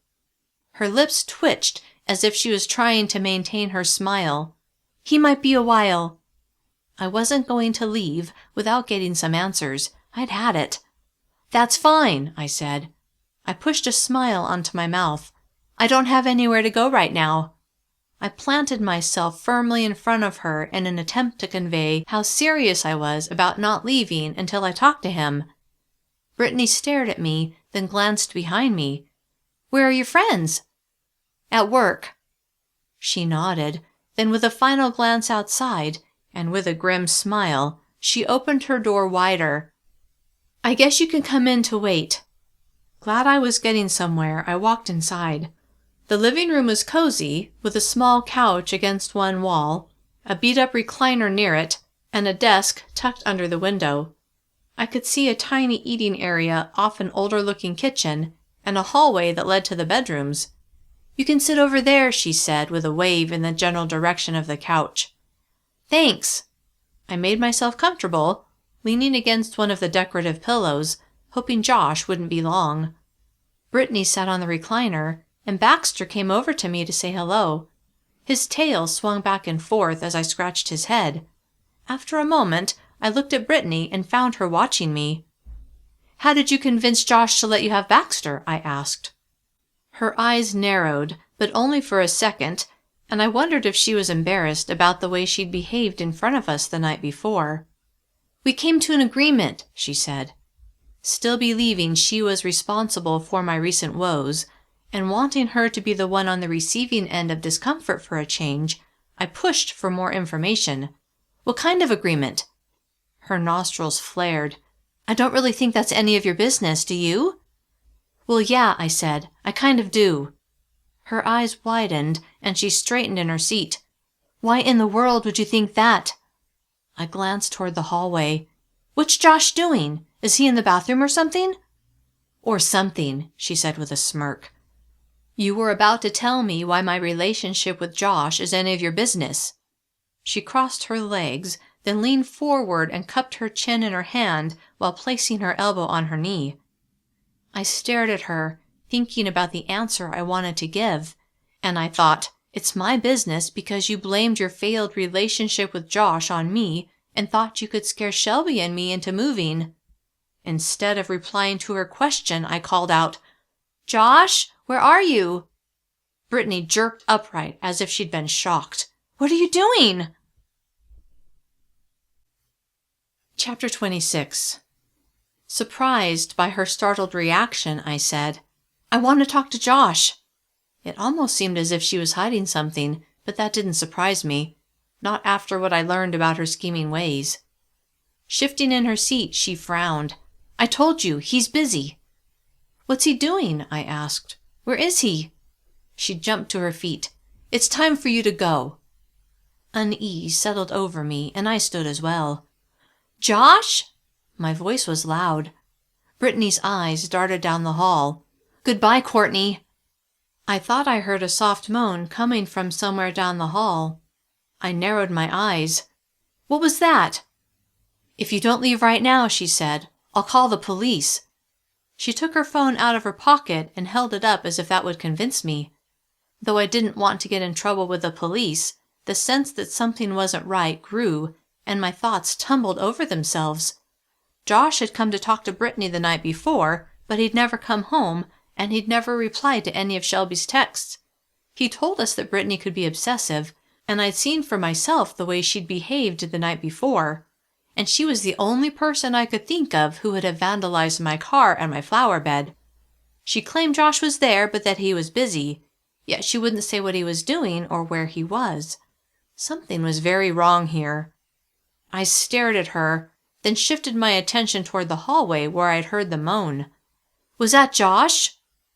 "I don't know what you're talking about," she said, her eyes hard. "Now get out." Another moan, louder this time. Baxter ran down the hall. Dread blossomed inside me. "Are you going to leave?" she asked. "Or do you want me to call the police?" The idea of the police sounded like a good one just then, and I pulled my phone out of my pocket. "You don't need to call them," I said, "because I will." "What?" Alarm threaded the word. Baxter barked frantically outside one of the bedroom doors, and I knew Josh had to be inside. I focused on my phone screen, unlocking it and bringing up the phone app, but before I had a chance to punch in a single digit, I was violently shoved. My phone flew from my hand and I crashed to the floor. Pushing myself to my hands and knees, I blinked as I tried to wrap my mind around what was happening. Brittany did something to Josh, I thought. That's why he never came home and never texted Shelby, and why she went to his place to get Baxter. "What did you do to him?" I asked, as I turned my head and looked at her. "Why can't you just mind your own business?" she screamed as she drew her foot back and buried it in my side. I fell to the floor with a grunt, a sharp pain radiating through my ribs as I struggled to catch my breath. "Why wouldn't you move away?" Brittany asked through gritted teeth. Holding my side, I grimaced as I appraised her. "I knew it was you," I said. "You're the one behind all that vandalism. You were trying to scare me away." "But you were too stubborn to go," she said. She shook her head before taking the few steps to the kitchen, picking something up off of the counter, and then returning, keeping one of her hands behind her back. Worried about what she had grabbed, I tried to distract her with conversation. "You didn't need to do those things, Brittany. I was never interested in Josh like that. I have a boyfriend." Her eyes narrowed. "So it was your perky little roommate. She's the reason Josh dumped me." Brittany's reaction confirmed my suspicion that she didn't know whether it was me or Shelby dating Josh, but in the end it didn't matter. The result was the same. She'd tried to scare us away. Besides, I had no idea if Josh meeting Shelby prompted him to end his relationship with Brittany, but I suspected he'd been thinking about it for a while. "All of you deserve everything you get," she said with a sneer as she revealed what she'd been hiding behind her back, a knife with a 6-inch blade.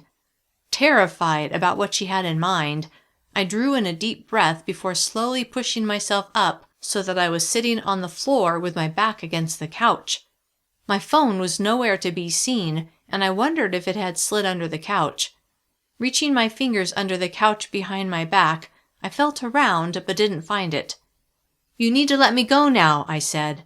Had she thought this through, or was she completely winging it? And was Josh okay? She chuckled, but it had an ominous ring to it. "No, I don't. The police know that a gang is after you. How shocking would it be if you turned up dead?" Panic laced through me, and though my side ached, I forced myself to my feet, my mind frantically churning with a way to convince her to let me go. "Didn't Josh tell you?" I asked. Her eyes became slits. "Tell me what?" "That guy who was after me, Ian, he's dead." Her mouth fell open. Nope, I thought. Guess Josh hadn't gotten the chance to tell her.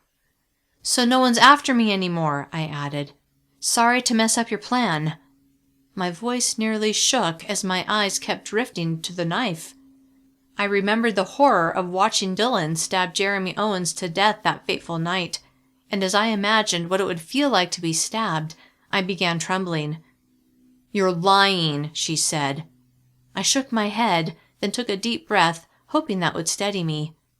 "When I called Detective Turner to report that my tires had been slashed, by you as it turns out, he told me it couldn't have been Ian because they'd ID'd his body just that morning."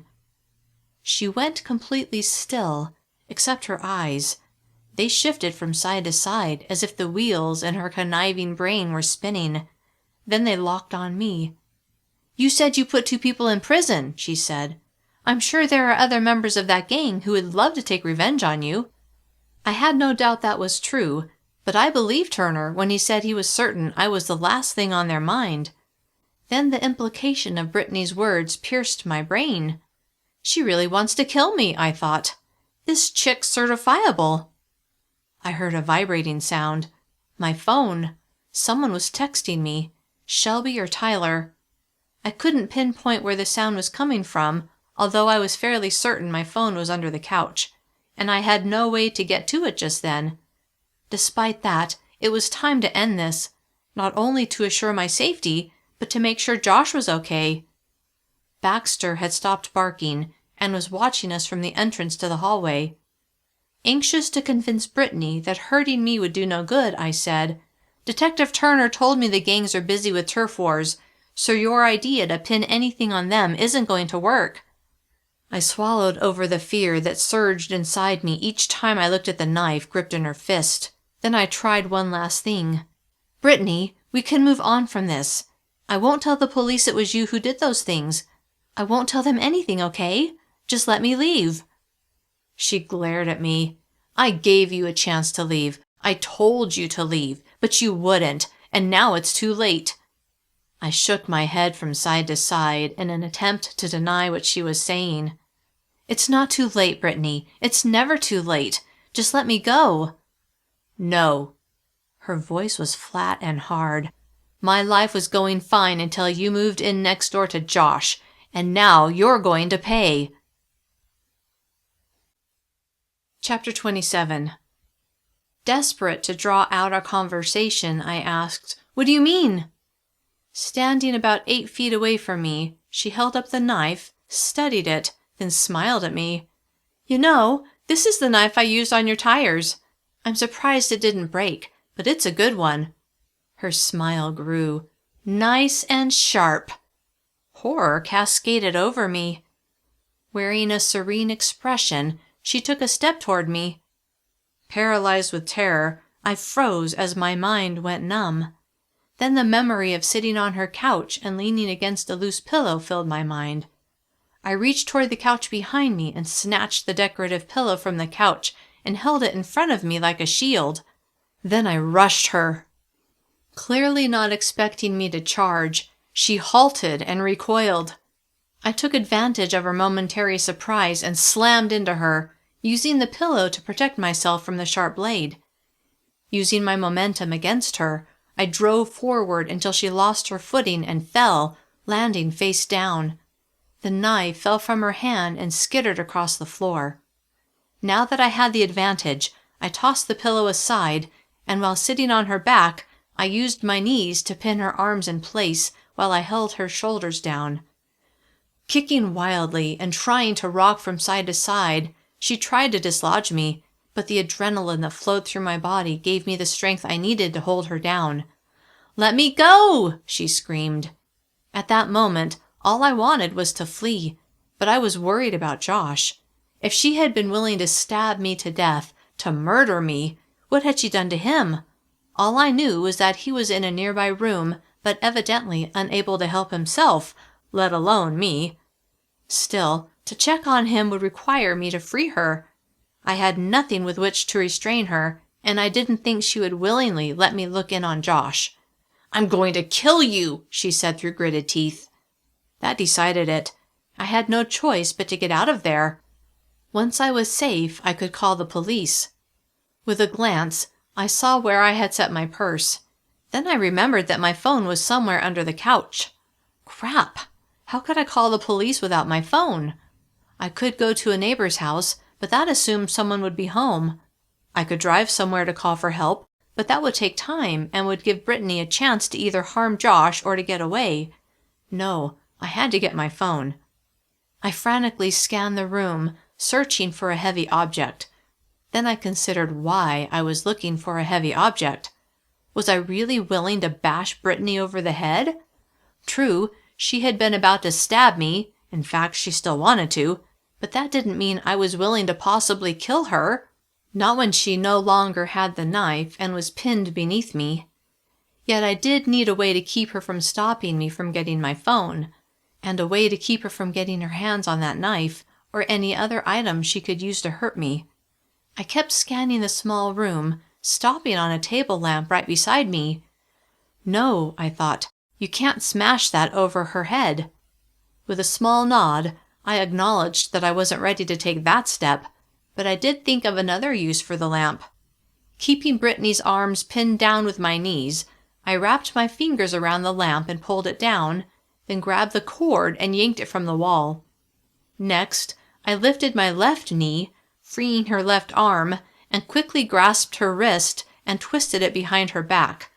She struggled against me and swore violently, but with her lying face down, and with me on her back, I had the leverage necessary to tie the cord around her left wrist. Then I released her right hand, and though it took all of my strength, I managed to tie her right wrist as well. Though it wouldn't hold long, I hoped I would have the time necessary to do what I needed to do to save myself and to help Josh. I sprang from her back and raced to where the knife had fallen. I grabbed it from the floor, then dashed to the couch, shoved it to the side, and when I saw my phone, I nearly wept with gratitude. With a glance toward Brittany, who was struggling against the cord tied around her wrists, I snatched my phone from the floor and jumped to my feet before vaulting down the hall to find Josh. "Josh!" I called out. "Where are you?" A muffled sound reached my ears. I went to the door where Baxter had earlier been barking and twisted the knob before shoving the door inward. Baxter flew in, nearly tripping me, and went straight to Josh, who was lying on a bed, his wrists bound and secured to the headboard, and a scarf tied around his mouth. Baxter leapt onto the bed, where he promptly began licking Josh's face. Josh looked at me, relief shining from his eyes. Knowing Brittany would come after me the moment she could, I shut the door to the bedroom and shoved a dresser in front of it before setting the knife on the floor near the bed and dialing 911. As I explained to the dispatcher what was happening, I pulled the scarf from Josh's mouth and it hung around his neck. I asked him for the address, which I passed on to the dispatcher. She told me to stay on the phone until the police got there. I said I would, and then I focused on Josh. "Are you okay?" I asked him. He nodded, then jiggled his hands. "Can you untie me?" I set the phone on the bed and dug at the knots Brittany had made. A moment later, I heard a commotion at the bedroom door. "She must have gotten loose," I said as I fumbled with the knots, my heart pounding. The rope was thin and the knots were tight, and I was having trouble making headway.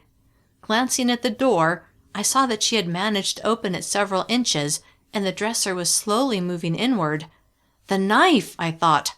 I'd set it on the floor, and now I grabbed it and used it like a saw to cut the rope that went from the headboard to Josh's wrists. Brittany was right. The knife was sharp, and after only a few cuts, the knife sliced through the rope. Josh's wrists were still bound together, but now he was no longer tethered to the bed. I couldn't risk using the knife to free his wrists without possibly cutting him, so I shoved the knife between the mattress and the box spring and tried to ignore the sound of Brittany struggling to get in, and instead focused on untying the knot. Finally, I managed to loosen the knot, and Josh was able to work his wrists free. "Look out!" he shouted. Then he shoved me out of the way. I fell to my butt. Out of the corner of my eye, I saw a flash of motion, and I scurried backward as I twisted around to see what was going on. Brittany had knocked Josh onto the bed and was scratching at his face as he tried to block her frantic movements. Baxter barked frantically, and I realized Brittany had locked him out in the hallway. The wail of sirens pierced the air, and overwhelming relief poured over me. Help was almost there. Even so, Brittany was in the midst of attacking Josh, and I didn't know if he had been weakened by whatever she may have done to him earlier. She began twisting the scarf that wreathed his throat, cutting off his oxygen. He clawed at her as she grunted with effort. I clambered to my feet and threw myself at her back, notching my right arm around her throat and yanking backward. She released the scarf, and I heard Josh draw in great gulps of air as Brittany and I fell back with her on top of me. With amazing agility, she flipped over so that she was sitting on my chest. Then she wringed my neck with her bare hands. "It's all your fault!" she screamed in my face as her grip tightened. Already panting from exertion, with her strangling me, I could feel my oxygen supply running out, and my vision began to narrow as black spots appeared. "Let her go," a commanding voice stated, and I knew the police had arrived. Instantly, her hands left my throat, and I dragged in several deep breaths. A moment later, her weight was lifted from my body as the police took her into custody. Tears of euphoria flooded my eyes. "I'm safe," I thought. "I made it. It's over. It's over. It's over." Chapter 28. A police officer helped me to my feet. I grabbed my phone, then watched as someone attended to Josh. I heard him say something about feeling dizzy, then I felt my phone vibrate in my hand. That's when I saw the frantic texts from both Tyler and Shelby. I sent a brief text telling them what had happened, said I was okay, then gave them Brittany's address. An officer asked me to come with him. I followed him out of the bedroom and into the living room, and as I was in the midst of telling him my story, paramedics wheeled Josh past me. He smiled at me and said, "Thank you." He looked all right, and I believed he was going to be okay. My side was a little sore, but I was confident I would be fine. After I finished telling the officer what had happened, I walked outside into the bright, beautiful day and stopped on the sidewalk next to my car. The warmth of the sun flowed over me, and a sense of utter relief sank into the depths of my soul. Brittany had already been taken away. Josh had been transported to a hospital to be checked out, and I was free to go. Free, Courtney, I thought. You're finally free. Tears filled my eyes. My nightmare had finally come to an end. Now it was time to live my life. Courtney! I spun around to see Tyler racing toward me. Shelby wasn't far behind, but Tyler reached me first. Worry bracketed his eyes as he appraised me. You're okay? I nodded, my smile bigger than it had been in weeks. Yes, I'm perfect. The worry vanished from his face, then he pulled me into his arms. Where's Josh? Shelby asked when she reached us, her tone broadcasting her anxiety. Keeping one arm around Tyler's waist, I turned to her. He's fine, Shell, I promise. They just took him to the hospital to check him out. She nodded, her tense shoulders relaxing. So what happened? Tyler asked. I drew in a deep breath and slowly released it. Let's go home, then I'll tell you everything. Later that afternoon, after Josh had been released from the hospital with a clean bill of health, the four of us met in our townhouse to rehash the crazy events of the day. Earlier, I'd spoken to my mom and told her what had happened, and now it was time for Josh to tell us his story. Baxter lay curled at his feet, and Josh glanced at him before looking at me. I guess it's thanks to him that you found me. I laughed as I nodded. Yes, if I hadn't seen Brittany taking him from your place and then followed her, I never would have found you. Tyler, who sat beside me on the couch, wrapped his arms around me. When I saw your text that you were going to put an end to it, and then you went radio silent, I was frantic. He looked at Shelby for confirmation. She nodded. I was going crazy wondering what had happened to both you and Josh. She looked at Josh, who sat in the chair next to her, their fingers intertwined. Tell us what happened when you went to talk to Brittany last night. At first everything was fine. She was calm. I was calm. I even thought she was going to move on and forget about her demand to take Baxter. He frowned. She offered me a drink, which I took, and then she started going off on how I cheated on her. I told her I'd known it was over between me and her for a while, and no one else had anything to do with it. He shook his head with a frown. Anyway, I started feeling sleepy, and I knew something wasn't right. She'd put something in my drink, but by then it was too late, and I passed out. Next thing I knew, I woke up with my hands tied to that bed and that gag in my mouth. That's when I heard Courtney calling my name. I guess that's what woke me up. He smiled at me, and I was so glad I'd followed Brittany. What do you think she was going to do to you? I asked. He shrugged. I don't know. She took Baxter, as you know. Maybe she thought she could convince me to stay with her or something. Who knows what a twisted person like her is thinking? The courts will figure things out now, Tyler said. Then he looked at me with a smile. At least you've completed the rule of threes. What? I asked. He laughed. Haven't you heard that things come in threes? Yeah, I guess so. He held up his hand and counted off on his fingers. First there was Dylan, then Baldy, and now Brittany. So that means you're done, right? I hope so, I said. It seemed as if I'd had more than my fair share of bad luck lately, particularly with criminals. Then I smiled. Good things come in threes also, though, right? I held up my hand and counted off on my fingers. First, Shelby and I moved to a new place that we like. Then Tyler decided to move here. Then Shelby and Josh got together. Everyone laughed, and I looked at my three friends and knew that despite the challenges I'd faced, they had led me to where I was now, and I didn't want to be anywhere else. This has been Retribution, Book 2 in the Witness Duet. Written and narrated by Christine Kersey. Copyright 2016 by Christine Kersey. Thanks for listening.